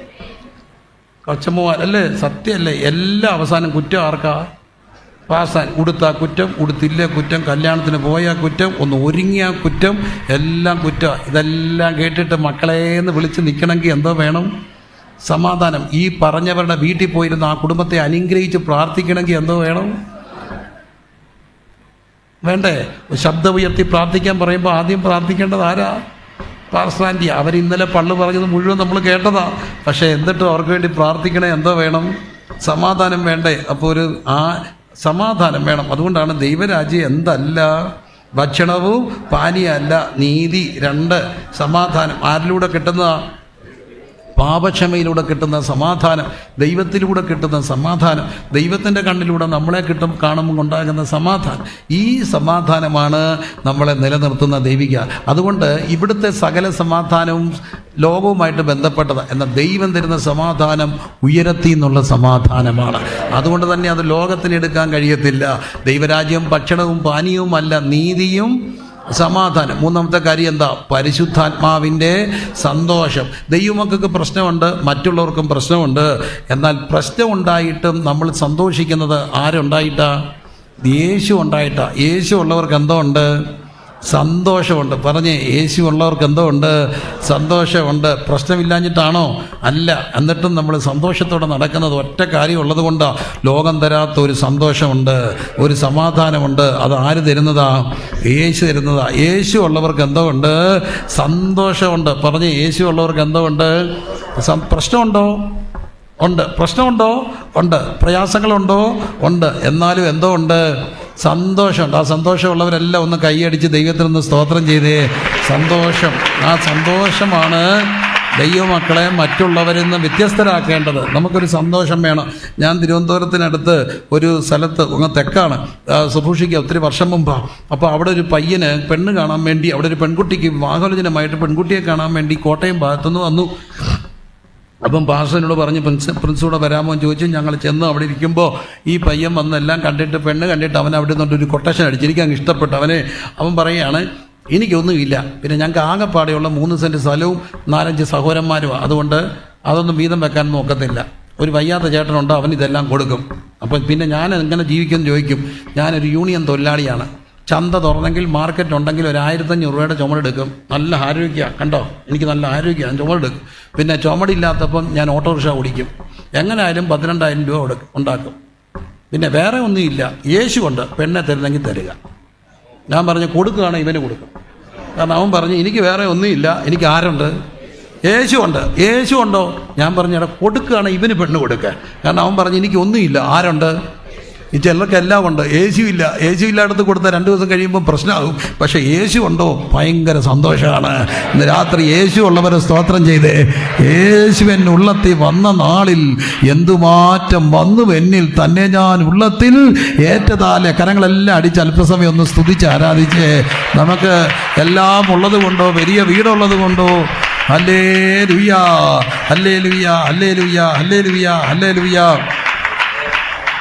സുവിശേഷ വേലയ്ക്ക് ആഗ്രഹിക്കുന്ന എല്ലാ മക്കളോടും പറയട്ടെ, നാട്ടുകാരോട് പറയട്ടെ. പലപ്പോഴും പലരും നമ്മളെക്കുറിച്ച് പറയുന്നു. ഇന്ന് ഞാനൊരു വീഡിയോ എനിക്കൊരാൾ അയച്ചു തന്നു. ഒരാളിരുന്ന് പറയുന്നു, കോടിക്കണക്കിന് രൂപയാണ് ഇവിടുത്തെ പെന്തക്കോസ്തുകാർക്ക് വിദേശത്ത് നിന്ന് വരുന്നത്. അത് എവിടെ വെച്ചേക്കുവാന്നുള്ളത്. എനിക്ക് ആ പുള്ളിയെ കണ്ടെന്ന് ചോദിക്കണമെന്നുണ്ട്. ഇത് എവിടെയാണ് വെച്ചേക്കുന്നത്? ഈ കോടിക്കണക്കിന് രൂപ ഉണ്ടായിരുന്നെങ്കിൽ നമ്മളൊക്കെ രക്ഷപ്പെട്ടു പോകത്തില്ലായിരുന്നോ? ചുമ്മാ അങ്ങ് പറയല്ലോ, കോടിക്കണക്കിന് രൂപ വരിക, എവിടെ നിന്ന് വരുന്നത്, എങ്ങോട്ട് വരുന്ന. എന്നാലും പാസ്റ്റേജിൽ എൻ്റെ കൂടെ 57 പാസ്റ്റർ സഭകളുണ്ട്, 1067 ദൈവദാസന്മാരുണ്ട്. ഞാനത് സത്യസന്ധമായിട്ട് പറയുകയാണ്. മാക്സിമം കൃത്യമായിട്ട് ദശാംശം തരുന്നവരാണ് ഭൂരിപക്ഷവും. അവരവിടെ സെൻട്രിൽ കൊണ്ട് ദശാംശം കൊടുക്കും. എന്നാൽ വലിയ സഭയെന്ന് പറയുന്നിടത്തു നിന്ന് കിട്ടുന്ന ദശാംശം 2000 രൂപയാണ്. അപ്പോൾ എത്ര രൂപ വരുമാനമുണ്ട്? വലിയ ഞങ്ങളുടെ സഭയിലെ ദശാംശം 2000 ആണ്. എത്ര രൂപയാണ്? 20,000. വിദേശത്തു നിന്ന് വരുമ്പോൾ ഈ കമ്മിറ്റിക്കാർ ചെയ്യുന്ന ഒരു കാര്യമുണ്ട്. പാസ്റ്ററേയും കൊണ്ട് പൈസ പ്രാർത്ഥിച്ച് മേടിച്ചിട്ട് ഫണ്ട് ഇടും. അണ്ണന്മാരെ മിടുക്കരാ. എന്നിട്ട് പുറകെയുള്ള ഞങ്ങളുടെ ഒരപ്പച്ചനെ ശുശ്രൂഷിക്കുന്നവർക്ക് ഞങ്ങൾ കൊടുക്കുന്ന 25,000 രൂപയാണ്. ഏതാ നേഴ്സിന് 25,000 രൂപയും പിന്നെ എല്ലാ നേരവും ഫുഡും കയ്യും കൂപ്പി നിന്നെങ്കിലേ പുള്ളി നിൽക്കത്തുള്ളൂ. ഞങ്ങൾക്കൊരു നല്ല ആളെ കിട്ടി, നല്ലൊരു മനുഷ്യനെ കിട്ടി. എന്നാൽ ഞങ്ങൾക്കൊരു അപ്പച്ചനുണ്ട്. എന്നാലും ഞാൻ പറയുന്നത് അത്രയും വാല്യൂ പാസ്റ്റർക്കില്ലേ. എന്നിട്ടും ഞങ്ങൾ ഇട്ടേച്ച് പോകാത്തത് ഒത്തിരി പൈസ കിട്ടിയിട്ടല്ല, ഇവിടെ കിട്ടുന്ന ഒരു സന്തോഷമുണ്ട് കേട്ടോ. ആ സന്തോഷം ഭയങ്കര സന്തോഷമാണ്. അതുകൊണ്ടാണ് വേല ഇട്ടേച്ച് പോകാത്തത്, അതുകൊണ്ടാണ് ബിസിനസ്സിന് ചെയ്യാത്തത്. എന്താ കാര്യമോ? ഈ ഞെരുക്കത്തിലും അനുഭവിക്കുന്ന ഒരു സന്തോഷമുണ്ട്. പ്രയാസം വരുമ്പം പാടും, ഭക്തരിൻ വിശ്വാസ ജീവിതം പോലിത്ര ഭദ്രമാം ജീവിതം വേറെയുണ്ടോ. ഹല്ലേലൂയ. സ്വർഗപിതാവിൻ്റെ ദിവ്യ ഭണ്ഡാരത്തെ സ്വന്തമായി കണ്ടു തൻ ജീവിതം ചെയ്യുന്ന ഭക്തരിൻ വിശ്വാസ ജീവിതം പോലിത്ര ഭദ്രമാം ജീവിതം വേറെയുണ്ടോ. സുവിശേഷ വേലയ്ക്ക് വേണ്ടി താല്പര്യമുള്ള മക്കളോട് പറയുക, പൈസ കിട്ടും, സുഖകരമായ ജീവിതം കിട്ടുമെന്ന് വെച്ച് ആരും സുവിശേഷ വേലയ്ക്ക് വരരുത്. പക്ഷേ സുവിശേഷ വേല കിട്ടുന്ന ഒരു സന്തോഷം, ധാന്യവും വീഞ്ഞും വർദ്ധിച്ചപ്പോൾ കിട്ടിയ സന്തോഷത്തെക്കാൾ വലിയൊരു സന്തോഷമുണ്ട്. ആത്മാക്കൾ രക്ഷിക്കപ്പെടുമ്പോൾ, സ്നാനങ്ങൾ നടക്കുമ്പോൾ, കുഞ്ഞുങ്ങൾ ആത്മസ്നാനം പ്രാപിക്കുമ്പോൾ, ഹല്ലേലൂയ, ഒരു നല്ല സഭായോഗത്തിൽ ഒരു ശുശ്രൂഷ ചെയ്ത് കഴിയുമ്പോൾ കിട്ടുന്ന ഒരു സന്തോഷമുണ്ട്. ആ സന്തോഷം ലോകം തരുന്ന ഒരു സന്തോഷമല്ല. ആ സന്തോഷം ഓർത്താണ് ഞങ്ങൾ കർത്താവിൻ്റെ വേല ചെയ്യുന്നത്. അപ്പം ദൈവരാജ്യം 3 കാര്യങ്ങൾ: നീതിയും സമാധാനവും പരിശുദ്ധാത്മാവിൻ്റെ സന്തോഷവും. അതുകൊണ്ട് കാലം തികഞ്ഞു, ദൈവരാജ്യം സമീപിച്ചിരിക്കാൻ 3 എന്ത് ചെയ്യണം? മാനസാന്തരപ്പെടണം. എല്ലാവരും പറഞ്ഞേ, എന്ത് ചെയ്യണം? മാനസാന്തരപ്പെട്ട് സുവിശേഷത്തെ വിശ്വസിക്കണം. എന്താണ് മാനസാന്തരം? മാനസാന്തരം കേവലം ഒരു മാറ്റമല്ല, സുവിശേഷത്താലിൻ്റെ കേൾവിയാൽ. എന്തിനാണ് സുവിശേഷം പ്രസംഗിക്കുക? സുവിശേഷ കേൾവിയാലാണ് മാനസാന്തരം ഉണ്ടാകുന്നത്. അതുകൊണ്ടാണ് വചനം പറയുന്നു, കേൾക്കാത്തവൻ എങ്ങനെ വിശ്വസിക്കും? പ്രസംഗിക്കാതെ എങ്ങനെ കേൾക്കും? അയക്കാതെ എങ്ങനെ പോകും? അപ്പം ഞങ്ങൾ അതുകൊണ്ടാണ് പ്രിയമുള്ളവരെ ഇന്നും സുവിശേഷം പ്രസംഗിക്കുന്നത്. ഈ സുവിശേഷ പ്രസംഗ കേൾവിയുടെ കാതൽ എന്താണെന്ന് അവിടെ പറയുന്നുണ്ട്. സുവിശേഷമാണ്. സുവിശേഷത്തിൻ്റെ കാതൽ എന്താണെന്ന് നമുക്ക് നോക്കാം. അപ്പം മാനസാന്തരം എന്താണ്? പാപിയായ മനുഷ്യൻ, ലോകോന്മുഖമായി ചിന്തിക്കുന്ന, ലോകോന്മുഖമായി പോകുന്ന മനുഷ്യൻ കർത്താവിൻ്റെ സുവിശേഷം കേട്ട് യേശുക്രിസ്തുവിന് ഹൃദയം കൊടുത്ത് ദൈവോന്മുഖമായി തിരിയുന്നതിൻ്റെ പേരാണ് എന്ത്? മാനസാന്തരം എന്ന് പറയുന്നത്. ലോകോന്മുഖമായി പോകുന്നവർ എങ്ങോട്ട് തിരിയുക? ദൈവോന്മുഖമായി മാറുകയാണ്. അവിടെ വീണ്ടും ജനനം സംഭവിക്കും. ക്രിസ്തു നമ്മൾ ഉരുവാകും. ഈ മാനസാന്തരം ഉണ്ടായോ എന്ന് എങ്ങനെ അറിയാം? വീണ്ടും ജനനം പ്രാപിച്ചോ എന്ന് എങ്ങനെ അറിയാം? ഒരു കാര്യം പറഞ്ഞ സത്യസന്ധമായിട്ട് നമ്മളത് ചിന്തിച്ച്, ഒരു ദാമ്പത്യം ഫലപുഷ്ടമാകുന്നത് കുഞ്ഞുങ്ങൾ ജനിക്കുമ്പോഴാണ്. കുഞ്ഞുങ്ങളുണ്ടാകുന്ന ഒരു സന്തോഷമാണ് അല്ലേ? കുഞ്ഞുങ്ങളുണ്ടാകുന്ന ഒരു സന്തോഷം. കുഞ്ഞുണ്ടായോ എന്ന് അറിയുന്നത് എങ്ങനെയാണ്? സാധാരണ സംഭവിക്കുന്നൊരു കാര്യമുണ്ട്. ഒരു ഓക്കാനം വരുന്നു. ഓക്കാനിക്കുമ്പോൾ പ്രായമുള്ളവർ ചിരിക്കും. എന്താ കാര്യം? ഒരു നവാഗത ശിശു, ജീവൻ വീട്ടിൽ വരികയാണ്. സന്തോഷമുള്ളൊരു കാര്യമാണ്.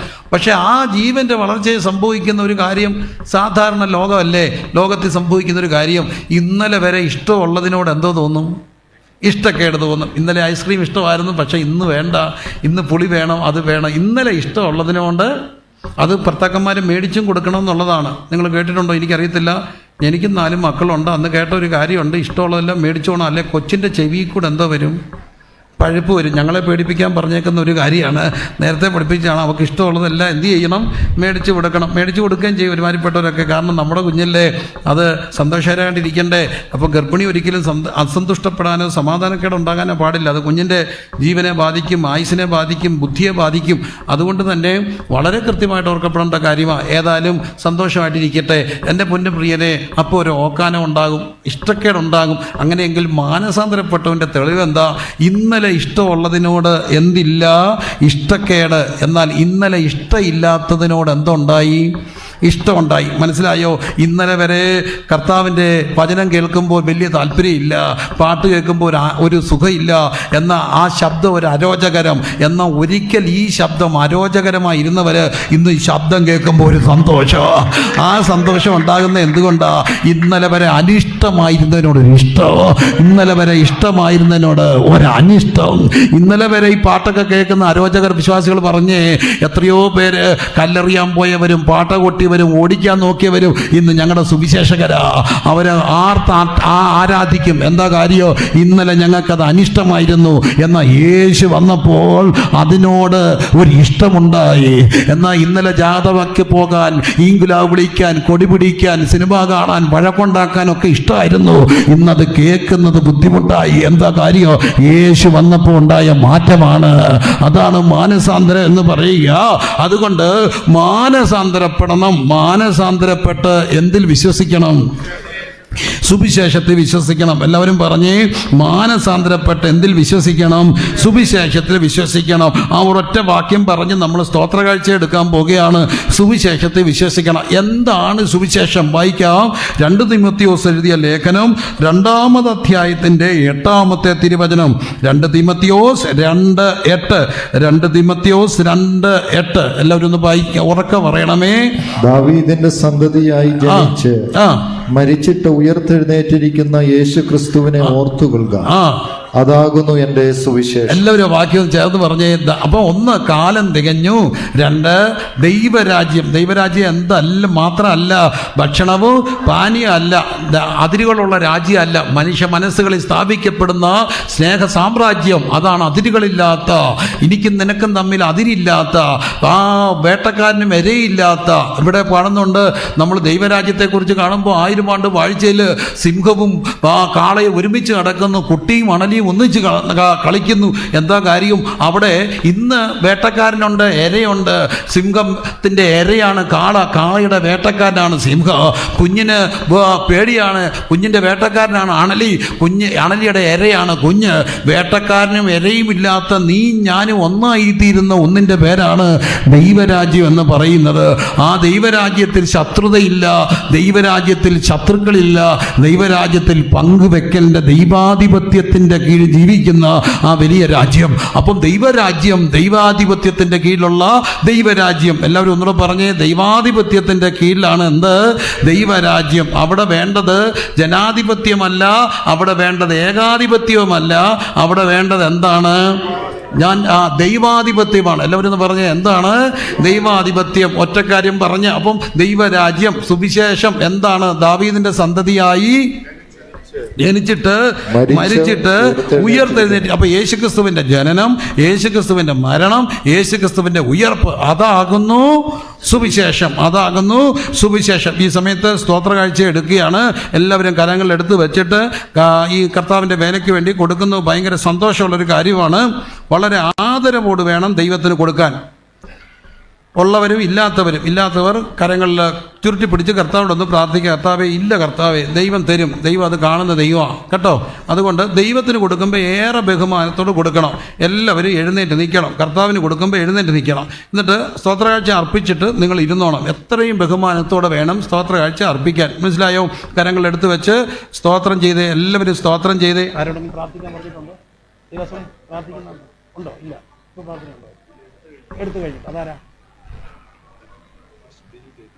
പാസ്റ്റർ ബിനു ബേബി മുമ്പോട്ട് കടന്നു വന്ന് കരങ്ങൾ എടുത്ത് വെച്ചിരിക്കുന്ന സ്തോത്ര കാഴ്ചയ്ക്ക് വേണ്ടി പ്രാർത്ഥിക്കും. ആ സമയത്ത് എല്ലാവരും കരങ്ങൾ എടുത്ത് വെച്ചിട്ട് എഴുന്നേറ്റ് നിന്നേ. കർത്താവിന് ഭയങ്കര ആദരവോട് വേണം അർപ്പിക്കാൻ.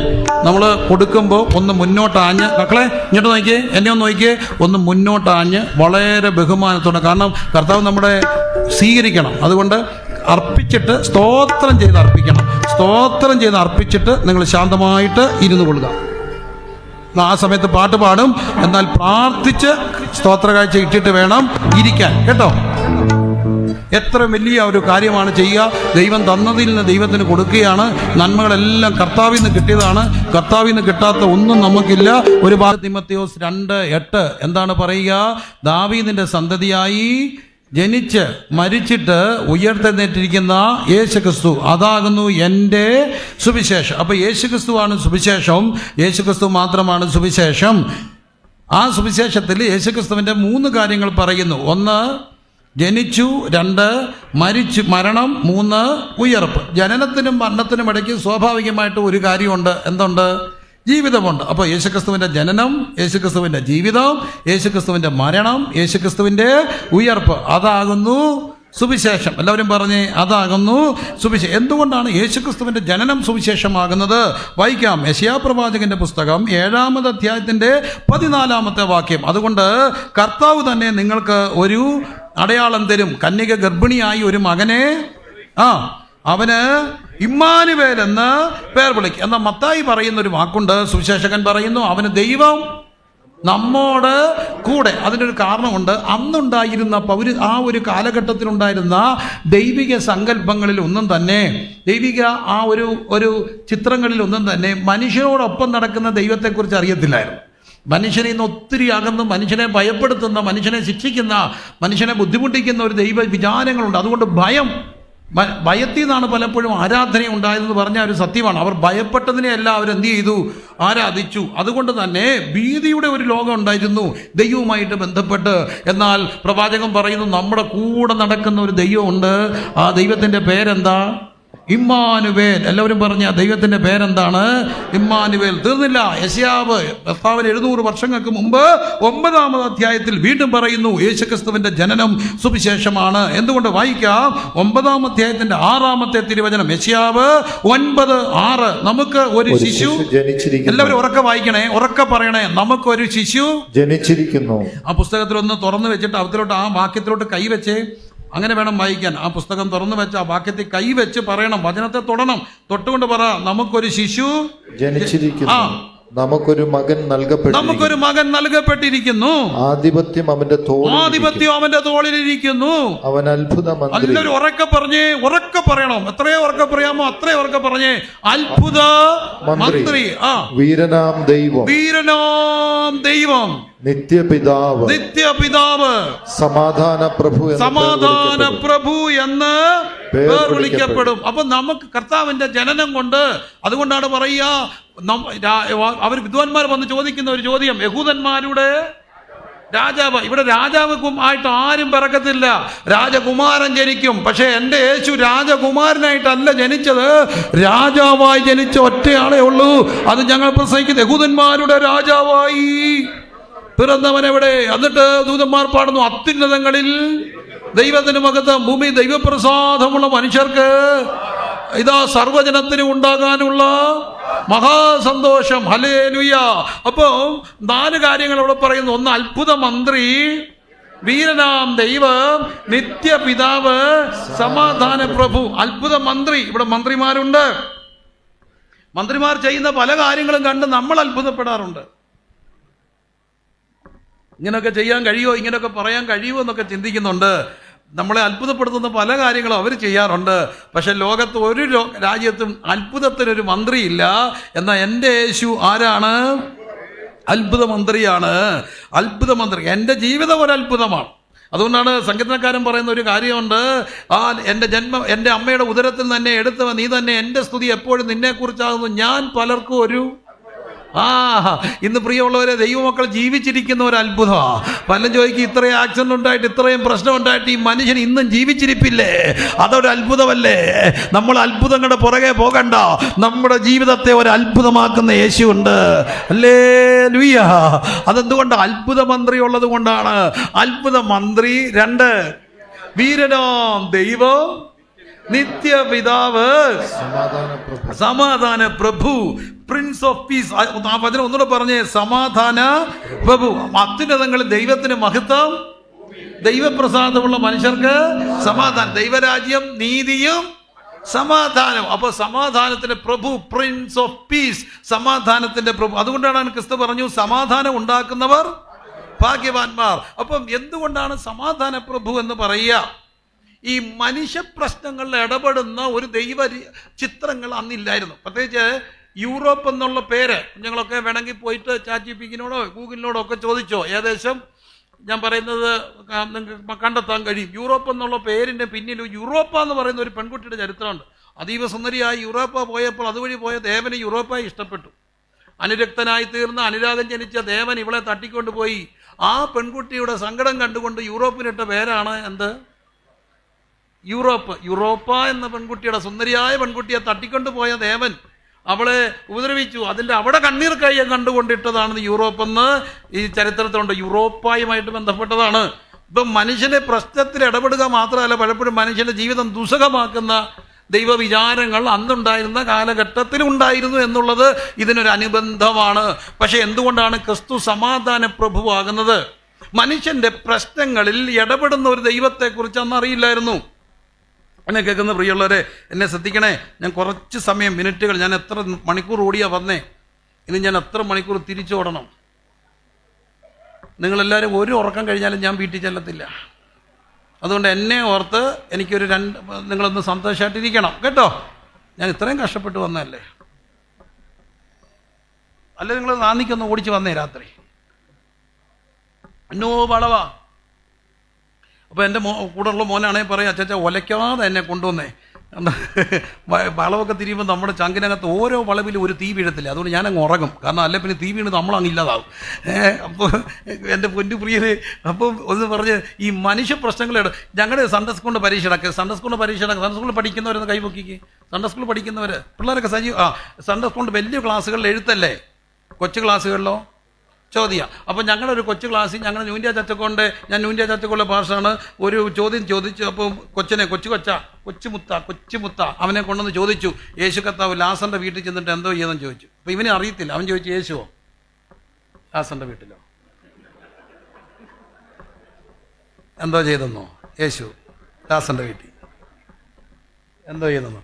ഇവനിങ്ങനെ നോക്കിയിട്ട് ടീച്ചറിനെ നോക്കിയിട്ട് എന്തോ ചെയ്തെന്നോ? കയറി അങ്ങ് ഇടപെട്ടില്ല എന്ന് ചോദിച്ചു. കയറി അങ്ങ് മാർക്ക് കൊടുക്കണോ വേണ്ടായോ? അത് നിങ്ങൾ പറ. മാർക്ക് കൊടുക്കണോ വേണ്ടായോ? കൊടുക്കണം. യേശു എന്തോ ചെയ്തു? ഇടപെട്ടു. യേശുവിന് പ്രത്യേകതയുണ്ട്. മനുഷ്യൻ്റെ പ്രശ്നങ്ങൾ എന്തോ ചെയ്യും? ഇടപെടും. അതുകൊണ്ടാണ് ഇന്നും യേശു ക്രിസ്തു സമാധാന പ്രഭുവാകുന്നത്. ഹല്ലേലൂയ. ഹൃദയം തകർന്ന് വിളിക്കുമ്പോൾ ഇടപെടുന്ന ഒരാളുണ്ട്. ഈ രാത്രിയിലും ആവേശത്തോടെ പറയട്ടെ, യേശു മനുഷ്യൻ്റെ പ്രശ്നങ്ങൾ ഇടപെടുന്ന ദൈവമാണ്. ഇന്ന് രാത്രി ഞാനിത് പറയുമ്പോൾ എൻ്റെ പ്രശ്നങ്ങൾ ഇടപെട്ട ഒരു കർത്താവുണ്ടെന്ന് സത്യസന്ധമായി പറയാൻ കഴിയുന്നവരെല്ലാം കരങ്ങളെ ഉയർത്തി പറ. എൻ്റെ പ്രശ്നങ്ങൾ ഇടപെട്ട ഒരു യേശു ഉണ്ടില്ലേ? മനുഷ്യൻ്റെ പ്രശ്നങ്ങളിൽ സമാധാനം പോകുന്ന ഒത്തിരി കാര്യങ്ങളുണ്ട്. ഒന്നാമത്, പാപം മനുഷ്യൻ്റെ സമാധാനത്തെ കളയും. പാപം മനുഷ്യൻ്റെ സമാധാനത്തെ കളയും. ഞാൻ നിങ്ങളോട് ചോദിച്ചു കൊള്ളട്ടെ, ഒരു അപ്പൻ കുടിയനാണെങ്കിൽ ആ വീടിൻ്റെ സമാധാനം പോകും. ഒരു മകൻ കുടിയനായ ആ വീടിൻ്റെ സമാധാനം പോകുമോ? ഒരു ഭർത്താവ് കുടിയനായാൽ വല്ലാതെ വഴക്കുണ്ടാക്കി ബഹളം വെച്ചാൽ ഭാര്യയുടെയും പിള്ളേരുടെയും സമാധാനം പോകും. എന്നാൽ പ്രിയമുള്ളവരെ, എനിക്ക് 1000 നാമോടെ 1000 ആവേശത്തോടെ ഞാൻ ഉറക്കെ വിളിച്ചു പറയും, ലോകത്തിന് വേണ്ടാത്ത, അമ്മയ്ക്ക് വേണ്ടാത്ത, ഭാര്യയ്ക്ക് വേണ്ടാത്ത, മക്കൾക്ക് വേണ്ടാത്ത 100 കണക്കിന് പേരെ രക്ഷിച്ച ഒരാളുണ്ട്. ഇന്ന് അവർക്ക് അമ്മയ്ക്ക് പൊന്ന, ഭാര്യയ്ക്ക് ഭർത്താവ് സന്തോഷമാണ്. കുഞ്ഞുങ്ങൾ പറയുന്നു, ഞങ്ങളുടെ അപ്പൻ നല്ല അപ്പനാ. എന്താ മാറ്റമുണ്ടായത്? അവൻ തൻ്റെ ജനത്തെ അവരുടെ പാപങ്ങളിൽ നിന്ന് രക്ഷിപ്പാൻ ഇരിക്കൊണ്ട് അവൻ എന്തെന്ന് പേരിടണോ? യേശു ക്രിസ്തുവേശു പാപികളെ രക്ഷിപ്പാൻ വന്നു എന്നുള്ളത് വിശ്വാസ്യവും എല്ലാവരും അംഗീകരിപ്പാൻ. ആ വചനം എല്ലാവരും പറഞ്ഞേ, ക്രിസ്തുവേശു എന്തിനു വന്നു? പാപികളെ രക്ഷിപ്പാൻ ലോകത്തിൽ വന്നു എന്നുള്ളത് വിശ്വാസ്യവും ഏവരും അംഗീകരിപ്പാൻ യോഗ്യമായ വചനം തന്നെ. പാപക്കയത്തിൽ നിന്ന് രക്ഷപ്പെടാൻ കഴിയാതെ, മദ്യപാനത്തിൽ നിന്ന് രക്ഷപ്പെടാൻ കഴിയാതെ റീഡിക്ഷൻ സെൻ്ററിന് ഹല്ലേലൂയ നിർത്തും. പിന്നെയും തുടങ്ങുന്ന എത്രയോ ഗുണ്ടകൾ എൻ്റെ കൂടെ ഉണ്ടായിരുന്ന ഒത്തിരി പേര്. അതിലൊരാൾ 12 വർഷത്തോളം എൻ്റെ കൂടെ താമസിച്ചു.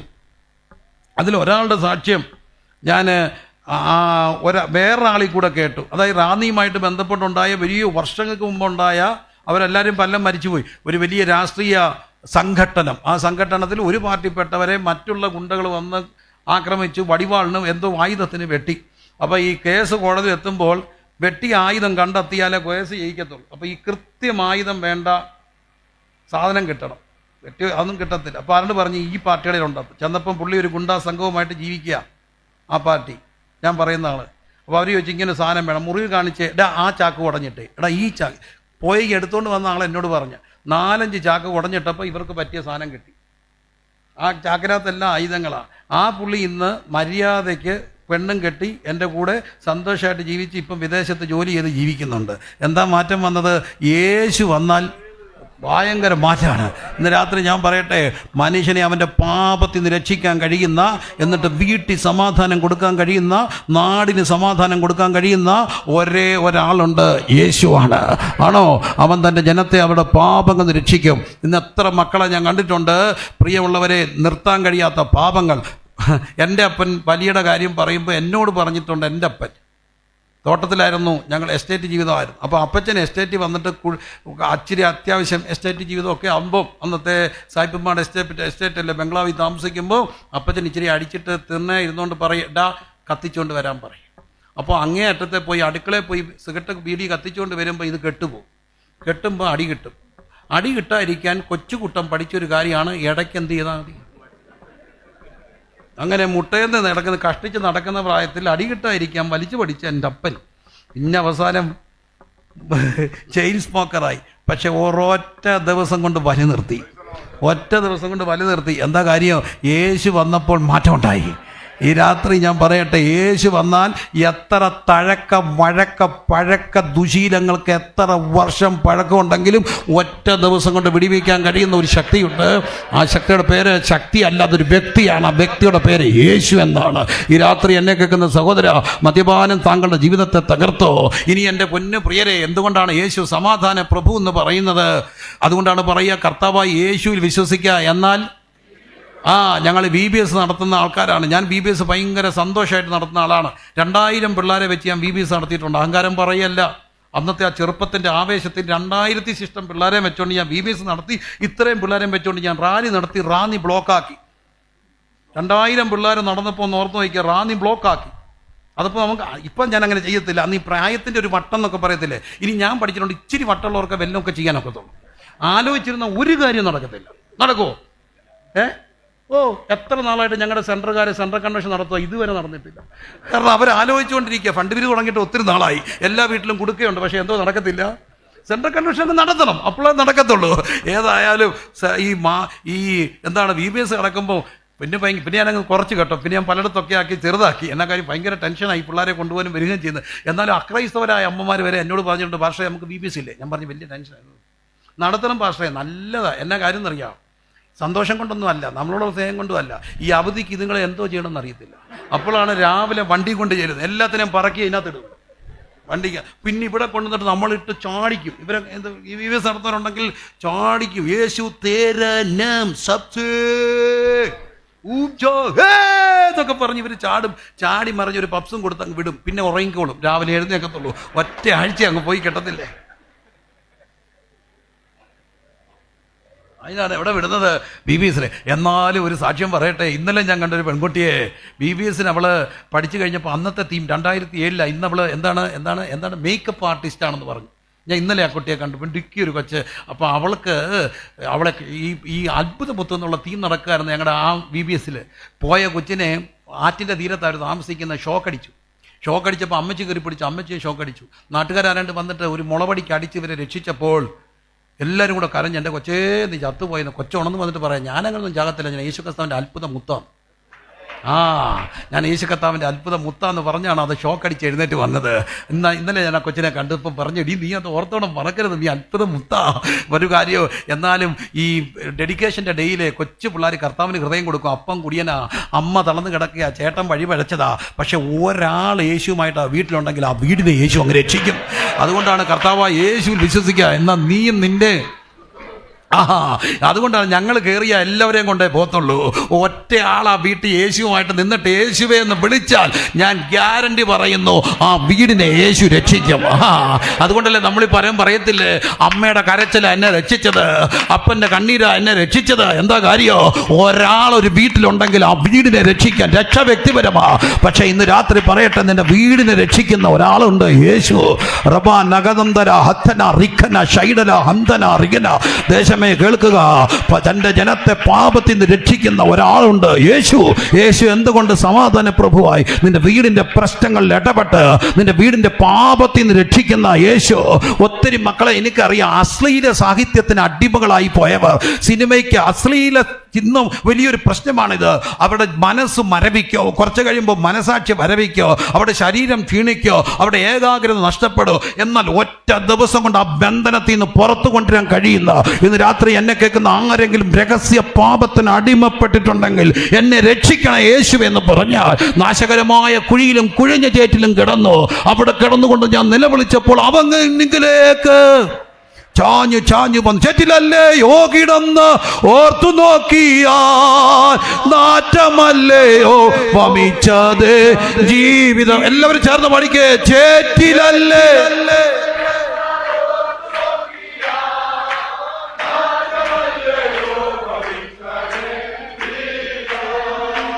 മാറ്റിയല്ലോ.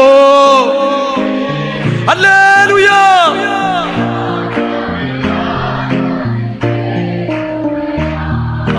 മാറ്റിയല്ലോ എൻ ജീവിതത്തെ, മാറ്റമില്ല.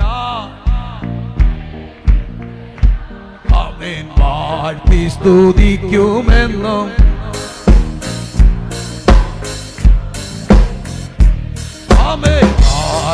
സ്തുതിക്കുമെന്നും. കരങ്ങൾ അടിച്ചു പാടിക്കേ. അവൻ വന്നിച്ചിടാൻ എനിക്കെന്നെ എണ്ണി തീർത്തിടാമോ. അവൻ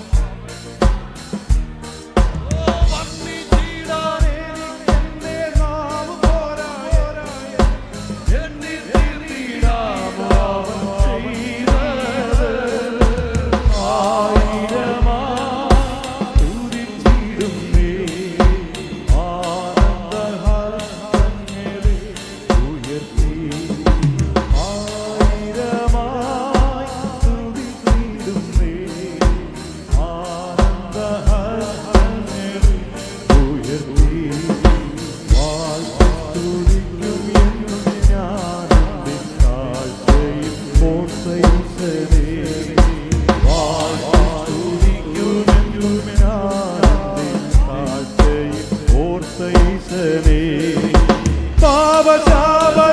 പാപശാപരോഗമായതിന്റെ ഭീതിയാ നാശകർത്തത്തിൽ പതിക്കും നേരത്തിൽ.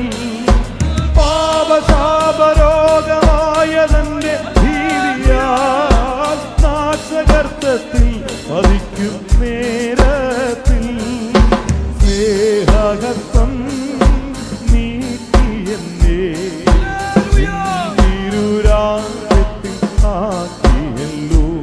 ഓ സ്നേഹകർത്തം നീക്കിയെന്നേ നിൻ തിരുരാജ്യത്തിൽ ആക്കിയല്ലോ.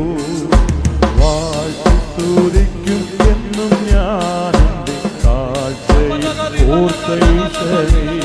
ഓ വാഴ്ത്തി സ്തുതിക്കുമെന്നും ഞാൻ എൻ്റെ കാഴ്ചയിൽ ഓർത്ത ഈശനെ. ജീവിതത്തിൽ ഞാൻ വഹിച്ചപ്പോൾ വല്ലഭാവിൻ സ്നേഹമെന്ന് ഊട്ടിയല്ലോ. അല്ലത്തിനും ജീവിതത്തിൽ ഞാൻ വസിച്ചപ്പോൾ വല്ലഭാവിൻ സ്നേഹമെന്ന് ഊട്ടിയല്ലോ. ജയഗീതം പാടിടുവാൻ നിൻ ജയം ഓ ജയഗീതം പാടിടുവാൻ നിൻ ജയം നീ എനിക്കേകിയല്ലോ. ഓ വാഴ്ത്തി സ്തുതിക്കും എന്നും ഞാൻ എൻ്റെ കാഴ്ചയിൽ ഓർത്ത ഈശനെ. വാഴ്ത്തി സ്തുതിക്കും എന്നും ഞാൻ എൻ്റെ കാഴ്ചയിൽ ഓർത്ത ഈശനെ. ഓ വാഴ്ത്തി സ്തുതിക്കും എന്നും ഞാൻ എൻ്റെ കാഴ്ചയിൽ ഓർത്ത ഈശനെ. എങ്ങനെ യേശു സമാധാന പ്രഭുവായി? ഒന്ന്, അവൻ തന്റെ ജനത്തെ അവരുടെ പാപങ്ങൾ രക്ഷിക്കും. ഹല്ലേലൂയ. ഈ രാത്രി ഞാൻ പറയട്ടെ, പാപത്തിന്റെ ബന്ധനങ്ങൾക്ക് എത്ര തഴക്ക വഴക്ക പഴക്ക ദോഷങ്ങൾ ഉണ്ടെങ്കിലോ ഒറ്റ ദിവസം കൊണ്ട് പിടിപ്പിക്കാൻ കഴിയുന്ന. അതുകൊണ്ടാണ് ഹല്ലേലൂയ വിശ്വസിക്കുന്നവർക്ക് ക്രൂശിന്റെ വചനം നശിച്ചു പോകുന്നവർക്ക് ഭോഷത്വമാ, എന്നാൽ രക്ഷിക്കപ്പെട്ടത് വിശ്വസിച്ചാൽ ഒറ്റ നിമിഷം കൊണ്ട് അതിൽ വ്യാപരിക്കുന്ന ഒരു ദൈവശക്തിക്കകത്ത് പാപത്തിന്റെ ബന്ധനങ്ങൾ ചണനൂല് പോലെ പൊട്ടി കരിഞ്ഞു പോകും. ഈ രാത്രി ആ ബന്ധനങ്ങളിൽ നിന്ന് പുറത്തു വരാൻ ഒറ്റ കാര്യം, ക്രൂശിക്കപ്പെട്ട ക്രിസ്തുവിന്റെ സുവിശേഷം. പാപങ്ങളിൽ നിന്ന് വിടുവിക്കുന്ന യേശു, അവൻ തന്റെ ജനത്തെ അവിടെ പാപങ്ങളിൽ നിന്ന് രക്ഷിപ്പാൻ ഇരിക്കൊണ്ട് അവന് യേശു യേശു യഹോവ എൻ്റെ രക്ഷകൻ. നോക്കൂ, സമാധാന പ്രഭു പാപത്തിൽ നിന്ന് വിടുവിക്കും. 2, മനുഷ്യ പ്രശ്നങ്ങൾ ഇടപെടും. ഞാൻ നിങ്ങളോട് ചോദിച്ചു കൊള്ളട്ടെ, കുഞ്ഞുങ്ങളില്ലാത്തത് ഒരു സങ്കടമാണ് അല്ലേ? ഞാൻ മുമ്പേ കുഞ്ഞുങ്ങളെ കുറിച്ച് പറഞ്ഞു, കുഞ്ഞുങ്ങളില്ലാത്തൊരു സങ്കടമാണ്. എന്നാൽ എത്രയോ പേരുടെ സങ്കടങ്ങൾ മാറുന്നു ഞാൻ കണ്ടിട്ടുണ്ട്. ഹന്നാ നിലവിളിച്ചത് ദൈവം കേട്ടു, സാറയെ ഓർത്ത ദൈവം, റാഹേലിനെ ഓർത്ത ദൈവം. ഹല്ലേലൂയ. മക്കളില്ലാത്ത എത്രയോ പേർക്ക് ദൈവം മക്കളെ കൊടുക്കുന്നു ഞാൻ കണ്ടിട്ടുണ്ട്.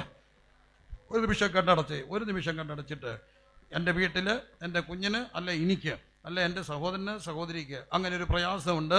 38 ആണ്ട് കുളക്കടവിൽ കിടന്ന വ്യക്തിക്ക് ഹല്ലേലൂയ അത്ഭുത സൗഖ്യം കൊടുക്കി കുടുംബം കഴിഞ്ഞ് ജീവിതം തുടങ്ങിയിട്ട് എത്ര വർഷമായെങ്കിലും എൻ്റെ ദൈവം ഇന്നും അത്ഭുത മന്ത്രിയാണ്. മക്കളില്ലാത്ത ദമ്പതികൾ അത് എൻ്റെ വീട്ടിലുണ്ട്, അല്ലെങ്കിൽ എൻ്റെ കുഞ്ഞുണ്ട്, കൊച്ചുമക്കളുണ്ട്, ആരെങ്കിലും അങ്ങനെ ഒരാൾക്ക് വേണ്ടി പ്രാർത്ഥിക്കാനോ, ഞാൻ അതിലൊരു വ്യക്തിയാണെങ്കിൽ കരങ്ങൾ ഉയർത്തിക്കാൻ ഞാൻ ഇപ്പോൾ നിങ്ങൾക്ക് വേണ്ടി പ്രാർത്ഥിക്കാൻ പോകുക ഒരു ആത്മനിയോഗത്തിൽ. ഹല്ലേലൂയ. അങ്ങനെയുള്ളവരെല്ലാം കരമുയർത്തി പ്രാർത്ഥിച്ച ഒരു പക്ഷെ നിങ്ങളായിരിക്കത്തില്ല, നിങ്ങളുടെ കൂടപ്പുറപ്പായിരിക്കാം, സഹോദരനായിരിക്കാം, കൊച്ചുമോനായിരിക്കാം, മകനായിരിക്കാം, മകളായിരിക്കാം. യേശുവിൻ്റെ നാമത്തിൽ ഈ സെൻട്രൽ കൺവെൻഷനിൽ കരങ്ങൾ ഉയർത്തി ആർക്കെല്ലാം വേണ്ടി പ്രാർത്ഥിക്കുന്നു, ആ പ്രാർത്ഥിക്കുന്ന വ്യക്തികളോ അവരുടെ കുടുംബത്തിനോ കർത്താവിൻ്റെ നാമത്തിൽ ഞങ്ങൾ പ്രാർത്ഥിക്കുന്നു. അവരുടെ വേദനയിൽ, അവരുടെ സങ്കടത്തിൽ യേശു ഇടപെടണമേ എന്ന് ഞങ്ങൾ പ്രാർത്ഥിക്കുന്നു. എല്ലാ നിർജീവത്വങ്ങളെയും മാറ്റണം യേശു കർത്താവിൻ നാമത്തിൽ തന്നെ. ആമേൻ, ആമേൻ. മക്കളില്ലെങ്കിൽ സങ്കടമാണ്, യേശു ഇടപെടും. അപ്പൊ തന്നെ മക്കൾ ഉണ്ടെങ്കിലും പലപ്പോഴും സങ്കടമല്ലേ അല്ലേ? മക്കളുണ്ടെങ്കിൽ സങ്കടമല്ലേ? ഞാൻ പറയാം, ഒരപ്പനൊരു മോളുണ്ടായിരുന്നു. ആ മോടെ പ്രായം എഴുതിയിട്ടുണ്ട്. എത്ര? 12 വയസ്സ്. യായിറോസിൻ്റെ മോളാണ്. എന്തിനാണ് യായിറോസിൻ്റെ മോളെന്ന് എഴുതുന്നത്? ഇടുക്കിയിലെ കാര്യം ഞാൻ പറഞ്ഞാൽ സത്യമാണോ എന്ന് എനിക്കറിയത്തില്ല. റാന്നിയിലെ കാര്യം സത്യ. അപ്പന് ഇഷ്ടം കൂടുതലും മോളോടാണോ മോനോടാണോ? ഇടുക്കിയിൽ എങ്ങനെയാണ്?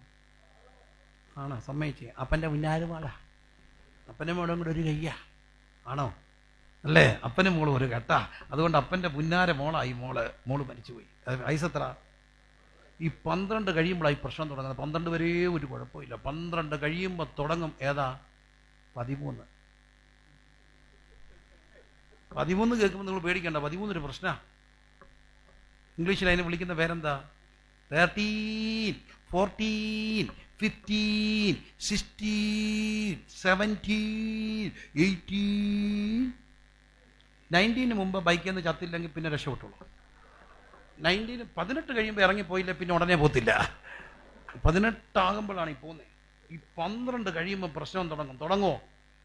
അന്നേരം വരെ, ഇന്നലെ വരെ നമ്മളോട് തിരുന്ന് എല്ലാം വർത്താനം പറഞ്ഞുകൊണ്ടിരുന്ന കൊച്ചുണ്ടല്ലോ, ഇപ്പം വന്നിട്ട് മുറിക്കകത്ത് കയറിയിരിക്കുക.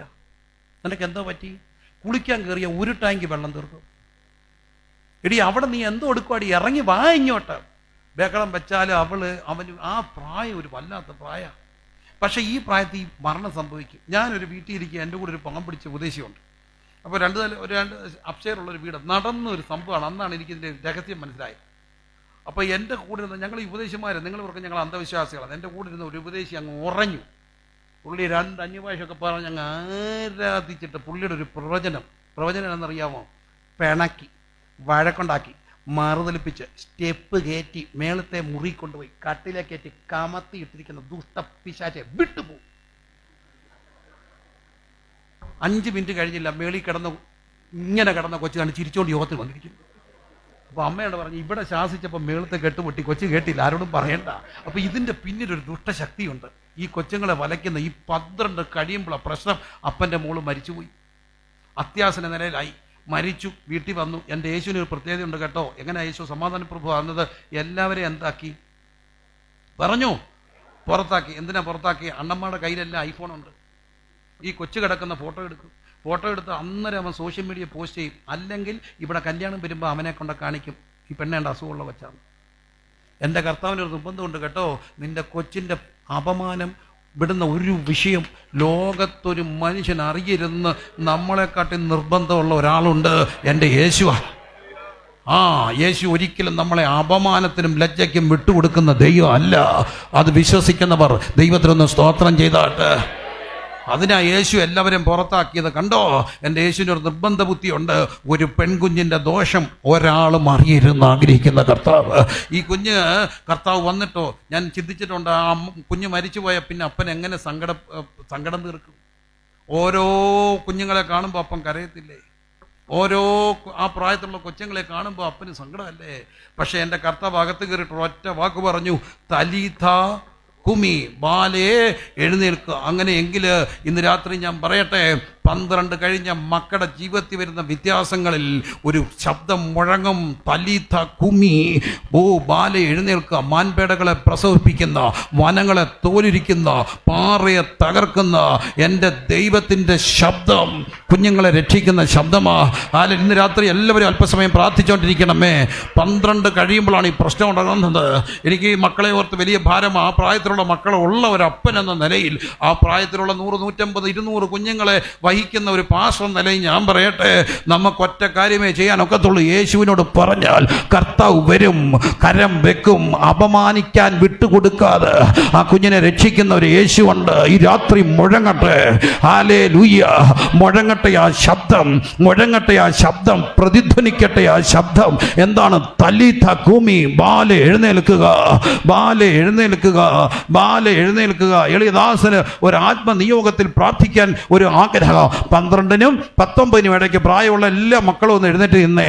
12നും 19നും ഇടയ്ക്ക് പ്രായമുള്ള മക്കളെല്ലാം എഴുന്നേറ്റ് നിന്നേ, ആൺകുട്ടികളും പെൺകുട്ടികളും. ഈ രാത്രി 12നും 19നും ഇടയ്ക്ക് മക്കളെ, ഈ പ്രായം വല്ലാത്തൊരു പ്രായമാണ് കേട്ടോ. പക്ഷേ ഓർത്തോണം, നിങ്ങളെപ്പറ്റി കർത്താവിനൊരു പദ്ധതിയുണ്ട്. നിങ്ങളുടെ അമ്മയുടെ ഗർഭത്തിൽ നീ ഉരുവാകുന്നതിന് മുമ്പ് നിന്നെ കണ്ട ഒരു ദൈവമുണ്ട് കേട്ടോ. മറക്കരുത് മക്കളെ, മറക്കരുത്.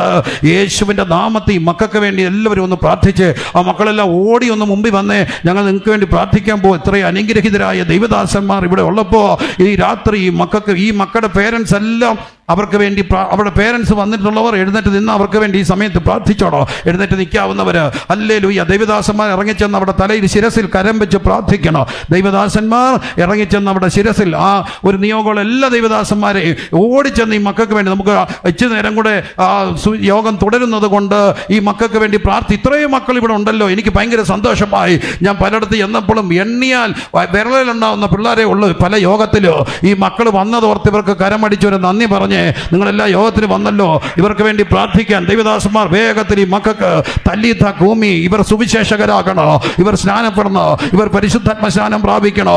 ഇവിടെ ഇരിക്കുന്ന പലരും ഒരു 20 വർഷം കഴിഞ്ഞാൽ കാണത്തില്ല, ഒരു 20 വർഷം കഴിഞ്ഞാൽ നിത്യതയെ പ്രവേശിക്കോ. എന്നാൽ ഈ മക്കളിൽ കൂടെ വേണം കർത്താവ് വരാൻ താമസിച്ച ഈ ഇടുക്കിയുടെ ദേശത്ത് ദൈവത്തിന്റെ പ്രവൃത്തി വെളിപ്പെടാൻ. യേശുവിന് എല്ലാ ദൈവദാസന്മാർ ഇവർക്ക് വേണ്ടി ഒന്ന് അവിടെ ശിരസി കൈ, എല്ലാ മക്കളുടെ കരങ്ങളിലും ശിരസുകളിലും ദൈവദാസന്മാരുടെ കരം പതിക്കണം. അമ്മമാര് അപ്പന്മാർ ഇവർക്ക് വേണ്ടി ഒന്ന് പ്രാർത്ഥിച്ചേ. ഒറ്റ മക്കളും പുറത്ത് നിൽക്കരുത് കേട്ടോ. എല്ലാ മക്കൾക്ക് വേണ്ടി പ്രാർത്ഥിക്കുക. ഈ പ്രാർത്ഥന വലിയ അനുഗ്രഹമാണ്. ഈ സെൻട്രൽ കൺവെൻഷനിൽ നിങ്ങൾക്ക് കിട്ടുന്ന ഈ പ്രാർത്ഥന നിങ്ങളുടെ അനുഗ്രഹമാണ്. യേശുവിന്റെ നാമത്തിൽ ഇന്ന് രാത്രി ഞങ്ങൾ ഈ മക്കളെ നോക്കി പ്രവചിക്കുന്നു. തലീഥ കുമി, ബാല എഴുന്നേൽക്കട്ടെ. അവർ ആത്മാവിൽ എഴുന്നേൽക്കട്ടെ, അവർ ശുശ്രൂഷയിൽ എഴുന്നേൽക്കട്ടെ, അവർ പാപത്തിന് മരിച്ച് ദൈവത്തിന് എഴുന്നേൽക്കട്ടെ, ലോകത്തിന് മരിച്ച് ദൈവത്തിന് എഴുന്നേൽക്കട്ടെ. ബാല്യക്കാരെ, നിങ്ങൾ ശക്തരാക്കിയാലോ, ദൈവത്തിന്റെ വചനം നിങ്ങളിൽ വസിക്കിയാലോ, നിങ്ങൾ ലോകത്തെ ജയിച്ച് യേശുവിന്റെ എല്ലാവരും സ്തുതിച്ച് ആരാധിച്ചേ. അന്തർജാനം വൈഡപരന്തം ദേരികരക്ഷം വേദികരക്ഷം രീഗത്താനം ഹത്തുരിജാന വൈഡകരന്തേ രേഖനകാരേ ഹല്ലേലൂയ. പരിശുദ്ധാത്മാവിൽ പ്രാർത്ഥിക്കാവുന്നവരെല്ലാവരും പരിശുദ്ധാത്മാവിൽ പ്രാർത്ഥിച്ചേ. എഴുന്നേറ്റ് നിന്നൊന്ന് ആരാധിക്കാവുന്നവരൊന്ന് ആരാധിച്ച് എഴുന്നേറ്റ് നിന്ന് ഈ മക്കൾക്ക് വേണ്ടി പ്രാർത്ഥിച്ച് ഈ സമയത്തൊന്ന് ആത്മാവിൽ പോരാടുന്നവർ, കർത്തദാസിമാർ കർത്തദാസിമാർ കർത്തദാസിമാർ, ഹല്ലേലൂയ. മാതാക്കൾ, പിതാക്കൾ, സഹോദരങ്ങൾ, കൂടപ്പിറപ്പുകൾ എല്ലാവരും പ്രാർത്ഥിച്ച് അടക നഗജ റിബന ശകന റിഗന.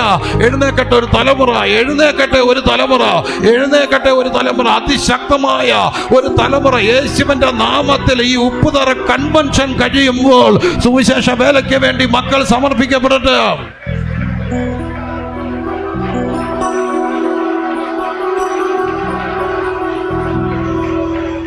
ഏതെങ്കിലും മക്കളെ ഏതെങ്കിലും കുരുക്കിനകത്ത് പെട്ടിട്ടുണ്ടെങ്കിൽ ഞങ്ങൾ രാത്രി അഭിഷക്ത ദൈവദാസന്മാർ ഒരുമിച്ച് പ്രാർത്ഥിക്കുന്ന സമയത്ത് അവരുടെ മകത്ത് ഏതെങ്കിലും നിലയിലുള്ള സാത്താന്റെ കർത്താവെ കള വീണിട്ടുണ്ടെങ്കിൽ അതിനെ ഞങ്ങൾ ആത്മാവിൽ പിഴുതെറിഞ്ഞു കളയുന്നു. ആത്മാവിൽ ഞങ്ങൾ ആ കളകളെ പിഴുതെറിഞ്ഞു കളയുന്നു. ദൈവവചനത്തിന്റെ വിത്ത് ഇവരിലേക്ക് പതിക്കട്ടെ. തലീതാ കൂമി.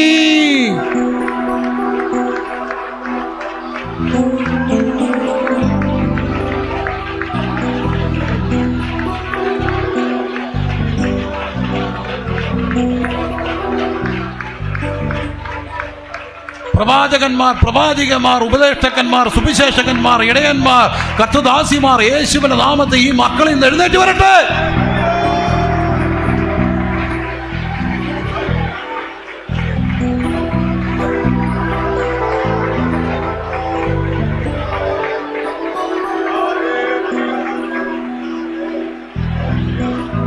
യേശു ഇടപെടുമോ? ആ നിപ്പിൽ തന്നെ നമുക്ക് പ്രാർത്ഥിക്കാം. യേശു ഇടപെടുമോ? ഇടപെടോ. ഒരമ്മയുണ്ടായിരുന്നു, അമ്മ വിധവയായിരുന്നു. ആ വിധവയുടെ മകൻ മരിച്ചുപോയി. നിങ്ങൾ ചിന്തിച്ചേ, ഓൾറെഡി അമ്മ വിധവയാ, ആ മകൻ മരിച്ചുപോയി. ഇനി അമ്മ തിരിച്ച് വീട്ടിൽ ചെല്ലുമ്പോൾ ആര് കാണും?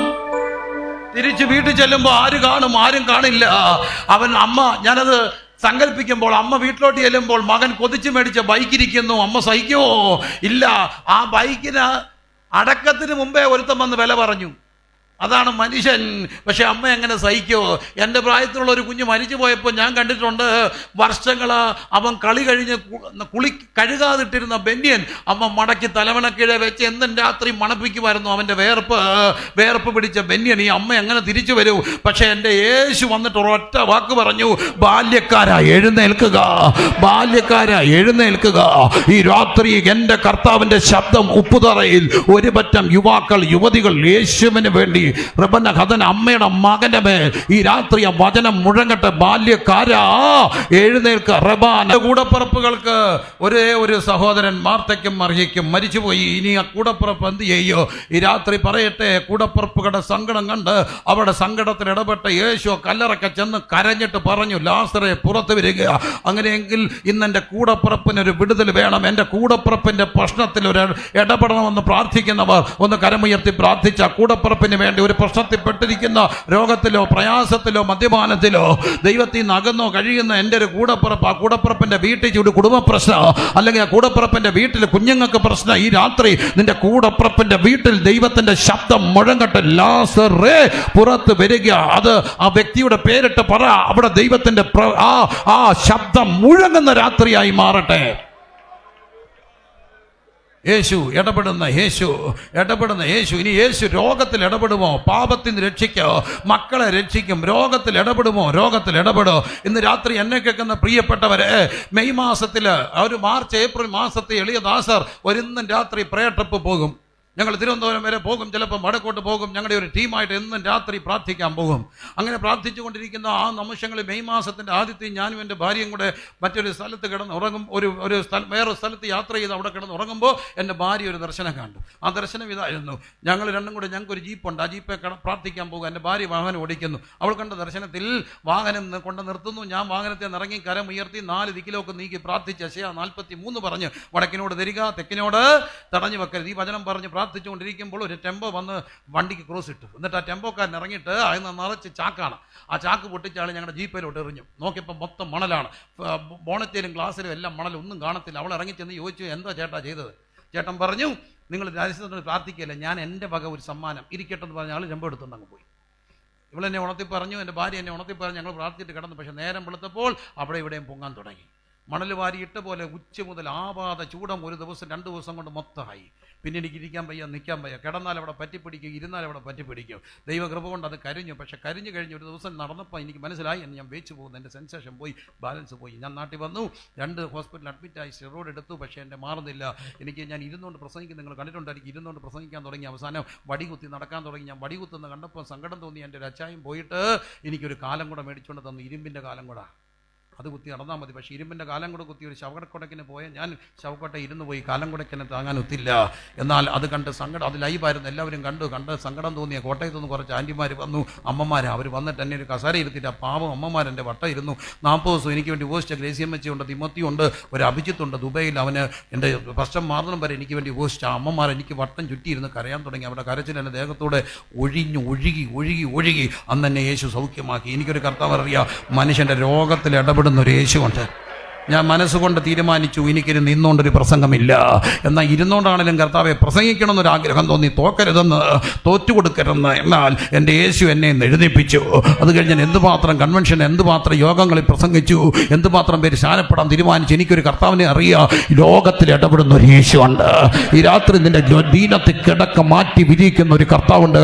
ഹല്ലേലൂയ. തൻ്റെ പാദപീഠം എൻ്റെ വൈദ്യശാല, അതിലുണ്ട് അനേകം ഔഷധങ്ങൾ രോഗശാന്തിക്കാൻ. യേശുവിൻ്റെ നാമത്തിൽ രോഗികൾക്ക് വേണ്ടി പ്രാർത്ഥിക്കാൻ പോകുക. കരങ്ങൾ ഉയർത്തി പ്രാർത്ഥിച്ച് ഹല്ലേലൂയ. ഇവിടെ മാത്രമല്ല, വീട്ടിലകത്തുണ്ടെങ്കിൽ ഹല്ലേലൂയ. രാജഭൃത്യം പ്രാർത്ഥിച്ചപ്പോൾ അകലെ അവൻ്റെ വീട്ടിൽ സുഖപ്പെടുത്തിയ യേശുവിൻ്റെ നാമത്തിൽ ഇന്ന് രോഗത്തിന് വേണ്ടി തനിക്കൊരു സൗഖ്യം വേണമെന്ന് പറഞ്ഞ് പ്രാർത്ഥിക്കുന്ന ഈ വ്യക്തികളുടെ രോഗവിഷയങ്ങളിൽ യേശുവിൻ്റെ നാമത്തിൽ ഒരു ഇടപെടൽ ഉണ്ടാകാൻ ഞങ്ങൾ പ്രാർത്ഥിക്കുന്നു. അതെ, ഞങ്ങളുടെ യേശു ഞങ്ങൾ പാപം സംബന്ധിച്ച് മരിച്ചു നീതിക്ക് ജീവിക്കേണ്ടതിന് പാപങ്ങളെ വഹിച്ചുകൊണ്ട് ക്രൂശിന്മേൽ കയറിയ യേശുവേ, അത്ഭുത രോഗസൗഖ്യങ്ങൾ കൊടുക്കുന്നതിനായി പ്രാർത്ഥിക്കുന്ന യേശു കർത്താവിൻ നാമത്തിൽ തന്നെ ആമേൻ. പ്രിയമുള്ളവരെ, യേശു ക്രിസ്തു ജീവിച്ചു, പിന്നെ എന്ത് ചെയ്തു? മരിച്ചു. യേശു മരിച്ചു. കാൽവറി കുരിശിൽ 2 കള്ളന്മാരുടെ നടുവിൽ കാലിലും മാണികളാൽ തറയ്ക്കപ്പെട്ട് യേശു മരിച്ചു. മക്കളോടൊരു ചോദ്യമോ, ദൈവം മരിക്കുമോ? മക്കളെ, ദൈവം മരിക്കുമോ? ദൈവത്തിന് മരണമുണ്ടോ? ദൈവം മരിക്കുമോ? പറ, മരിക്കുമോ? ഇല്ല. പക്ഷെ എന്തിനാ യേശു മരിച്ചെന്നറിയാം? പൊന്നു മോനെ, യേശു മരിച്ചത് നിന്മരണം കൊണ്ടെൻ്റെ വന്നരക നീയകറ്റി. ചേർന്ന് പാടിക്കേ, നിന്മരണ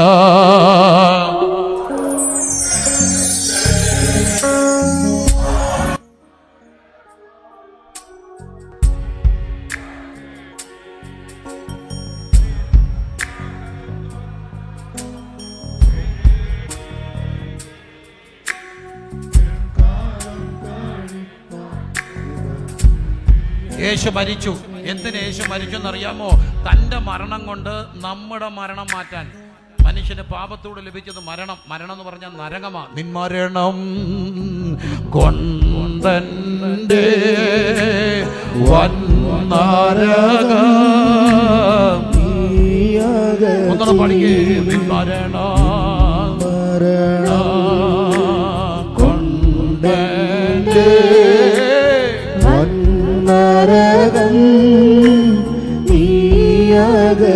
അങ്ങനെയെങ്കിൽ ഞാൻ ചോദിച്ചോട്ടെ, യേശു മരിച്ചത് എന്തിനു വേണ്ടിയാ?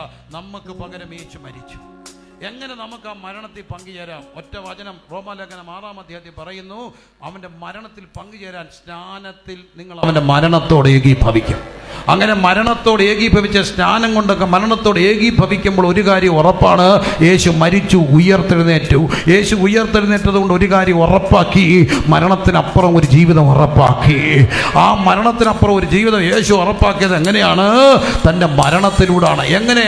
യേശുവിൻ്റെ മരണത്തിൽ നമുക്ക് പങ്കുകാരാകാം. വചനം പറയുന്നു, സ്നാനത്തിൽ അവൻ്റെ മരണത്തിൽ പങ്കുകാരാകാം. അങ്ങനെയെങ്കിൽ ഈ കൺവെൻഷൻ്റെ സമയത്ത് ഞാൻ ചോദിക്കുന്നു, ഞാൻ ഇതുവരെ സ്നാനപ്പെട്ടു, വചനം പറയുന്നു വിശ്വസിക്കുകയും രക്ഷിക്കപ്പെട്ടു. ആകയാൽ നിങ്ങൾ പുറപ്പെട്ട് ഉറക്കെ പറഞ്ഞേ, പിതാവിൻ്റെയും പുത്രൻ്റെയും പരിശുദ്ധാത്മാവിൻ്റെ നാമത്തിൽ സ്നാനം കഴിപ്പിച്ചു ഞാൻ നിങ്ങളോട് കൽപ്പിച്ചതൊക്കെയും പ്രമാണിപ്പാൻ നിൽക്കണം. ഉപദേശിച്ചുകൊണ്ട് സകല ജാതികളെയും ഞാൻ ലോകാവസാനത്തോളം എല്ലാ നാളും നിങ്ങളോട് കൂടെ ഇരിക്കും. പ്രിയമുള്ളവരെ, സ്നാനം വലിയൊരു കാര്യമാണ്. യേശുവിൻ്റെ മരണത്തോട് ചേരാനാണ്. സ്നാനപ്പെടാനുള്ള പ്രായം, വിശ്വസിക്കാനുള്ള പ്രായം. എന്ത് വിശ്വസിക്കാൻ? തൻ്റെ ഏകജനായി പുത്രനെ വിശ്വസിക്കുന്ന ഏവനും നശിച്ചുപോകാൻ നിത്യജീവൻ പ്രാപിക്കുന്ന ദൈവം തൻ്റെ പുത്രനായി യേശുവിനെ നൽകുവാൻ തക്കണം ലോകത്തെ അവനെ കൈക്കൊണ്ട് അവൻ്റെ നാമത്തിൽ വിശ്വസിക്കുന്ന ഏവർക്കും ദൈവ മക്കളായി തീരാ. ഇന്ന് രാത്രി ഞാൻ സ്നാനപ്പെട്ടിട്ടില്ല, യേശുവിൻ്റെ മരണത്തോട് അനുഭവപ്പെടുക എന്ന് പറഞ്ഞ ചെറിയൊരു കാര്യമല്ല, വലിയൊരു കാര്യമാണ്. കണ്ണുകളെല്ലാം നടച്ചേ, ഞാൻ സ്നാനപ്പെട്ടിട്ടില്ല, ഞാൻ ഇന്ന് സ്നാനപ്പെടണമെന്ന് പറയുന്നില്ല. പക്ഷേ എനിക്ക് സ്നാനം, മക്കളെ അവരെ ഒന്ന് ഫോക്കസ് ചെയ്യരുത്. ചിലപ്പോൾ അവർക്കൊരു ബുദ്ധിമുട്ടുണ്ടായിരിക്കും. എന്നെ ഫോക്കസ് ചെയ്യണേ പ്ലീസ്. അവർക്ക് ചിലപ്പോൾ ഒരു ഇൻട്രൻസ് ഉണ്ടാകണ്ട. നിങ്ങളെ ആരും കാണണ്ട, ലോകം കാണണ്ട, യേശു കണ്ടാൽ മതി.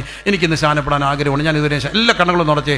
അങ്ങനെ ആഗ്രഹിക്കുന്നവർ മക്കളാകട്ടെ. മക്കളെ, യേശുവിനോട് ചേരാനാണ് സ്നാനം. ചെറിയൊരു കാര്യമല്ല. സ്നാനത്തിൻ്റെ പിന്നിൽ ഒരു ഭയങ്കര പോരാട്ടമുണ്ട് കേട്ടോ, ടഗ് ഓഫ് വാർ. ഇന്ന് ഇന്ത്യയിൽ നടക്കുന്ന പ്രശ്നം എന്താ? സ്നാനപ്പെടുമ്പോഴാണ് കേസ്. എന്തിനാ ഈ സ്നാനത്തോട് ഇത്ര പ്രശ്നം? കൺവേർഷൻ, സ്നാനം, ഒറ്റ കാര്യം മക്കളെ, ഈ സ്നാനപ്പെടുന്ന വരെ ഒരു പിടിവലിയാണ്. എന്തിനാണെന്നറിയാം ഈ പിടിവലി? സ്നാനത്തോടു കൂടി അവൻ്റെ പിടി പൊട്ടുക, പിന്നെ മരണത്തിന് നിന്റെ മേൽ അധികാരമില്ല.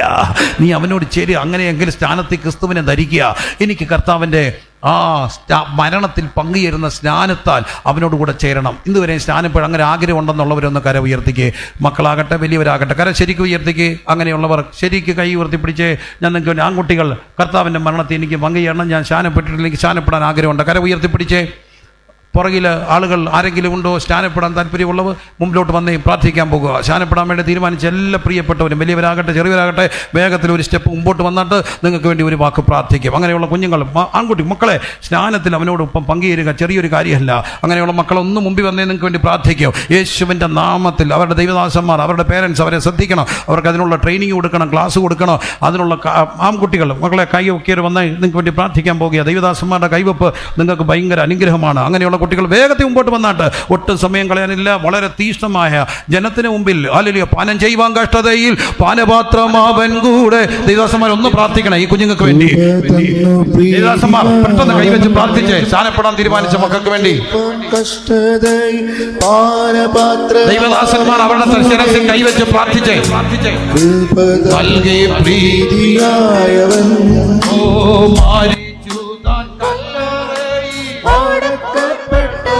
കൂടെ മരിച്ചു താൻ കല്ലറയിൽ അടക്കപ്പെട്ടവൻ കൂടെ മഹത്വമായി ജീവിക്കുന്നു ആദിയാലെ പാടും ഞാൻ പരമേശ്വരൻ സദയം എന്റെ പാപമെല്ലാം പോക്കിയതാൽ പാടും ഞാൻ പരമേശ്വരൻ സദയം. ഞാൻ മുമ്പേ പറഞ്ഞല്ലോ, ജീവിതത്തിലെ ഏറ്റവും വലിയ സന്തോഷം കർത്താവിൻ്റെ വേല ചെയ്യാം മക്കളെ. അതിനെക്കാട്ടും വലിയൊരു സന്തോഷമില്ല. ഇന്ന് രാത്രി ഞാൻ സുഖമായിട്ട് ഉറങ്ങും. എന്നാ കാര്യം അറിയാമോ? ഇത്രയും കുഞ്ഞുങ്ങൾ കർത്താവിനെ സ്നാനപ്പെടാൻ തീരുമാനിച്ചപ്പോൾ ജീവിതത്തിലെ ഏറ്റവും വലിയ സന്തോഷം, ധാന്യവും വീഞ്ഞും വർദ്ധിച്ചതിനൊക്കെ സന്തോഷം കർത്താവിൻ്റെ വേല ചെയ്യുന്നതാണ്. അങ്ങനെയെങ്കിൽ ഈ ആഴ്ചയിൽ എനിക്കൊരു കർത്താവിൻ്റെ വേലക്കാരനാകണം, കർത്താവിൻ്റെ വേലക്കാരിയാകണം. സുവിശേഷ വേലയ്ക്ക് താല്പര്യമുള്ളവരൊന്ന് കരമുയർത്താമോ? ഞാൻ നിങ്ങൾക്ക് വേണ്ടി പ്രാർത്ഥിക്കാൻ പോകുകയാണ്. ആ കുഞ്ഞിനെ ദൈവം അനുഗ്രഹിക്കട്ടെ, ഈ മോനെ ദൈവം അനുഗ്രഹിക്കട്ടെ, ആ കുഞ്ഞിനെ ദൈവം അനുഗ്രഹിക്കട്ടെ. പിതാവേ, സുവിശേഷ വേലയ്ക്ക് സമർപ്പിച്ച മക്കളെ ഞങ്ങൾ പിതാവിൻ്റെയും പുത്രൻ്റെയും പരിശുദ്ധാത്മാവിൻ്റെ നാമത്തിൽ അനുഗ്രഹിക്കുന്നു. ഇവിടെ പേര് സ്വർഗത്തിൽ എഴുതി അതിനുള്ള എല്ലാ ട്രെയിനിങ്ങും അതിനുള്ള എല്ലാ ആത്മബലവും ഈ മക്കളുടെ മേൽ ദൈവം കൊടുക്കണമേ എന്ന് ഞങ്ങൾ പ്രാർത്ഥിക്കുന്നു, അനുഗ്രഹിക്കുന്നു യേശു കർത്താവിൻ നാമത്തിൽ തന്നെ. ആമേൻ. എല്ലാവർക്കും ദൈവസന്നിധി ഒരു നിമിഷം ഇരിക്കാം.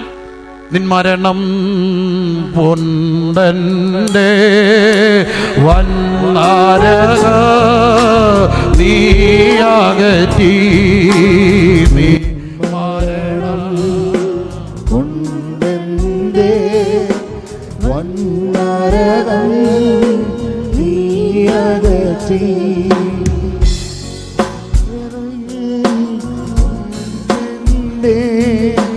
നിൻകാലം കഴിപ്പാൻ കൃപ ചെയ്യണമേ, നിൻകാലം കഴിപ്പാൻ കൃപ ചെയ്യണമേ. അല്പസമയം മുമ്പോട്ട് പോയത് അഹങ്കാരമായിട്ട് കാണല്ലേ, ആവേശമായിട്ടേ കാണാവൂ. അഹങ്കാരമായിട്ട് കാണരുത് പ്ലീസ്, ആവേശമായിട്ടേ കാണാവൂ. ഞാൻ എന്നും ദൈവത്തോട് പ്രാർത്ഥിക്കും. പ്രസംഗിക്കുന്നിടത്തോളം കാലം ആവേശത്തോടെ പ്രസംഗിക്കും. അതല്ലെങ്കിൽ പിന്നെ അങ്ങ് നിർത്തുന്നതാണല്ലേ. അതൊരു ചടങ്ങായിപ്പോയാൽ പിന്നെ അത് സങ്കടം. അവസാനിപ്പിക്കുക. ഞാനൊരു കാര്യം ചോദിച്ചാൽ ബുദ്ധിമുട്ടില്ലെങ്കിൽ ഒന്ന് കൈ പൊക്കാവും. പല്ല് തേക്കുന്നവരൊന്ന് കൈ പൊക്കാവും. പല്ല് തേക്കുന്നവർ നിങ്ങളും പല്ല് തേക്കത്തില്ലേ? പല്ല് തേക്കുന്ന സമയത്ത് ഈ എളിയ ദാസനെ കണ്ണാടി നോക്കുമ്പോൾ ഈ മുണ്ടെടുത്ത പാസ്റ്റർ ഒന്ന് ഓർക്കണേ. പേര് പ്രിൻസ്, ഭാര്യയുടെ പേര് ബ്ലസ്സി, 4 കുഞ്ഞുങ്ങൾ, പിന്നെ കുറേ കുഞ്ഞുങ്ങൾ. സഭ സെൻറ്ററിലെ പ്രവർത്തനം, പൗരോഷിൻ്റെ പ്രവർത്തനം. വല്ലപ്പോഴും ഒന്ന് പല്ല് തേക്കുമ്പോൾ ഓസിക്കാനൊന്നും നോക്കത്തില്ലായിരിക്കുക. ഒന്ന് ഓർത്ത് ദൈവമേ ഈ ദാസനെ ഒന്ന് അനുഗ്രഹിച്ചുകൊണ്ടെന്ന് പ്രാർത്ഥിക്കും. എനിക്ക് നിങ്ങളുടെ പ്രാർത്ഥന ആവശ്യമുണ്ട്. ഇളയവനെ ഓർത്ത് പ്രാർത്ഥിക്കാം. Thank you. കാലം തികഞ്ഞു, സമീപിച്ചിരിക്കാൻ മാനസാന്തരപ്പെട്ട് ഹല്ലേലൂയ തൻ്റെ ഏകജനായ പുത്രനെ വിശ്വസിക്കുന്ന ഏവരും നശിച്ചു പോകാൻ നിത്യജീവൻ പ്രാപിക്കണം. ദൈവം തൻ്റെ പുത്രനെ നൽകുവാൻ തക്കണം ലോകത്തെ അവനെ കൈക്കൊണ്ട് അവൻ്റെ നാമത്തിൽ വിശ്വസിക്കുന്ന ഏവർക്കും ഹല്ലേലൂയ. യേശുക്രിസ്തു പാപികളെ രക്ഷിപ്പാൻ ലോകത്തിൽ വന്നു എന്നുള്ളത് വിശ്വാസ്യവും എല്ലാവരും അംഗീകരിപ്പാൻ യോഗ്യമായ കർത്താവായ യേശുക്രിസ്തു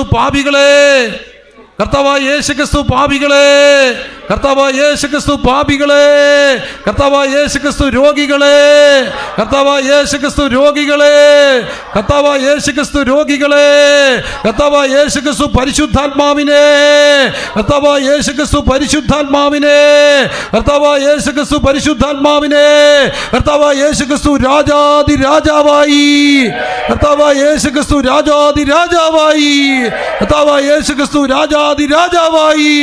നിന്റെ ദൈവത്തെ എതിരേൽപ്പാൻ, നിന്റെ ദൈവത്തെ എതിരേൽപ്പാൻ, നിന്റെ ദൈവത്തെ എതിരേൽപ്പാൻ. Hallelujah, hallelujah, hallelujah.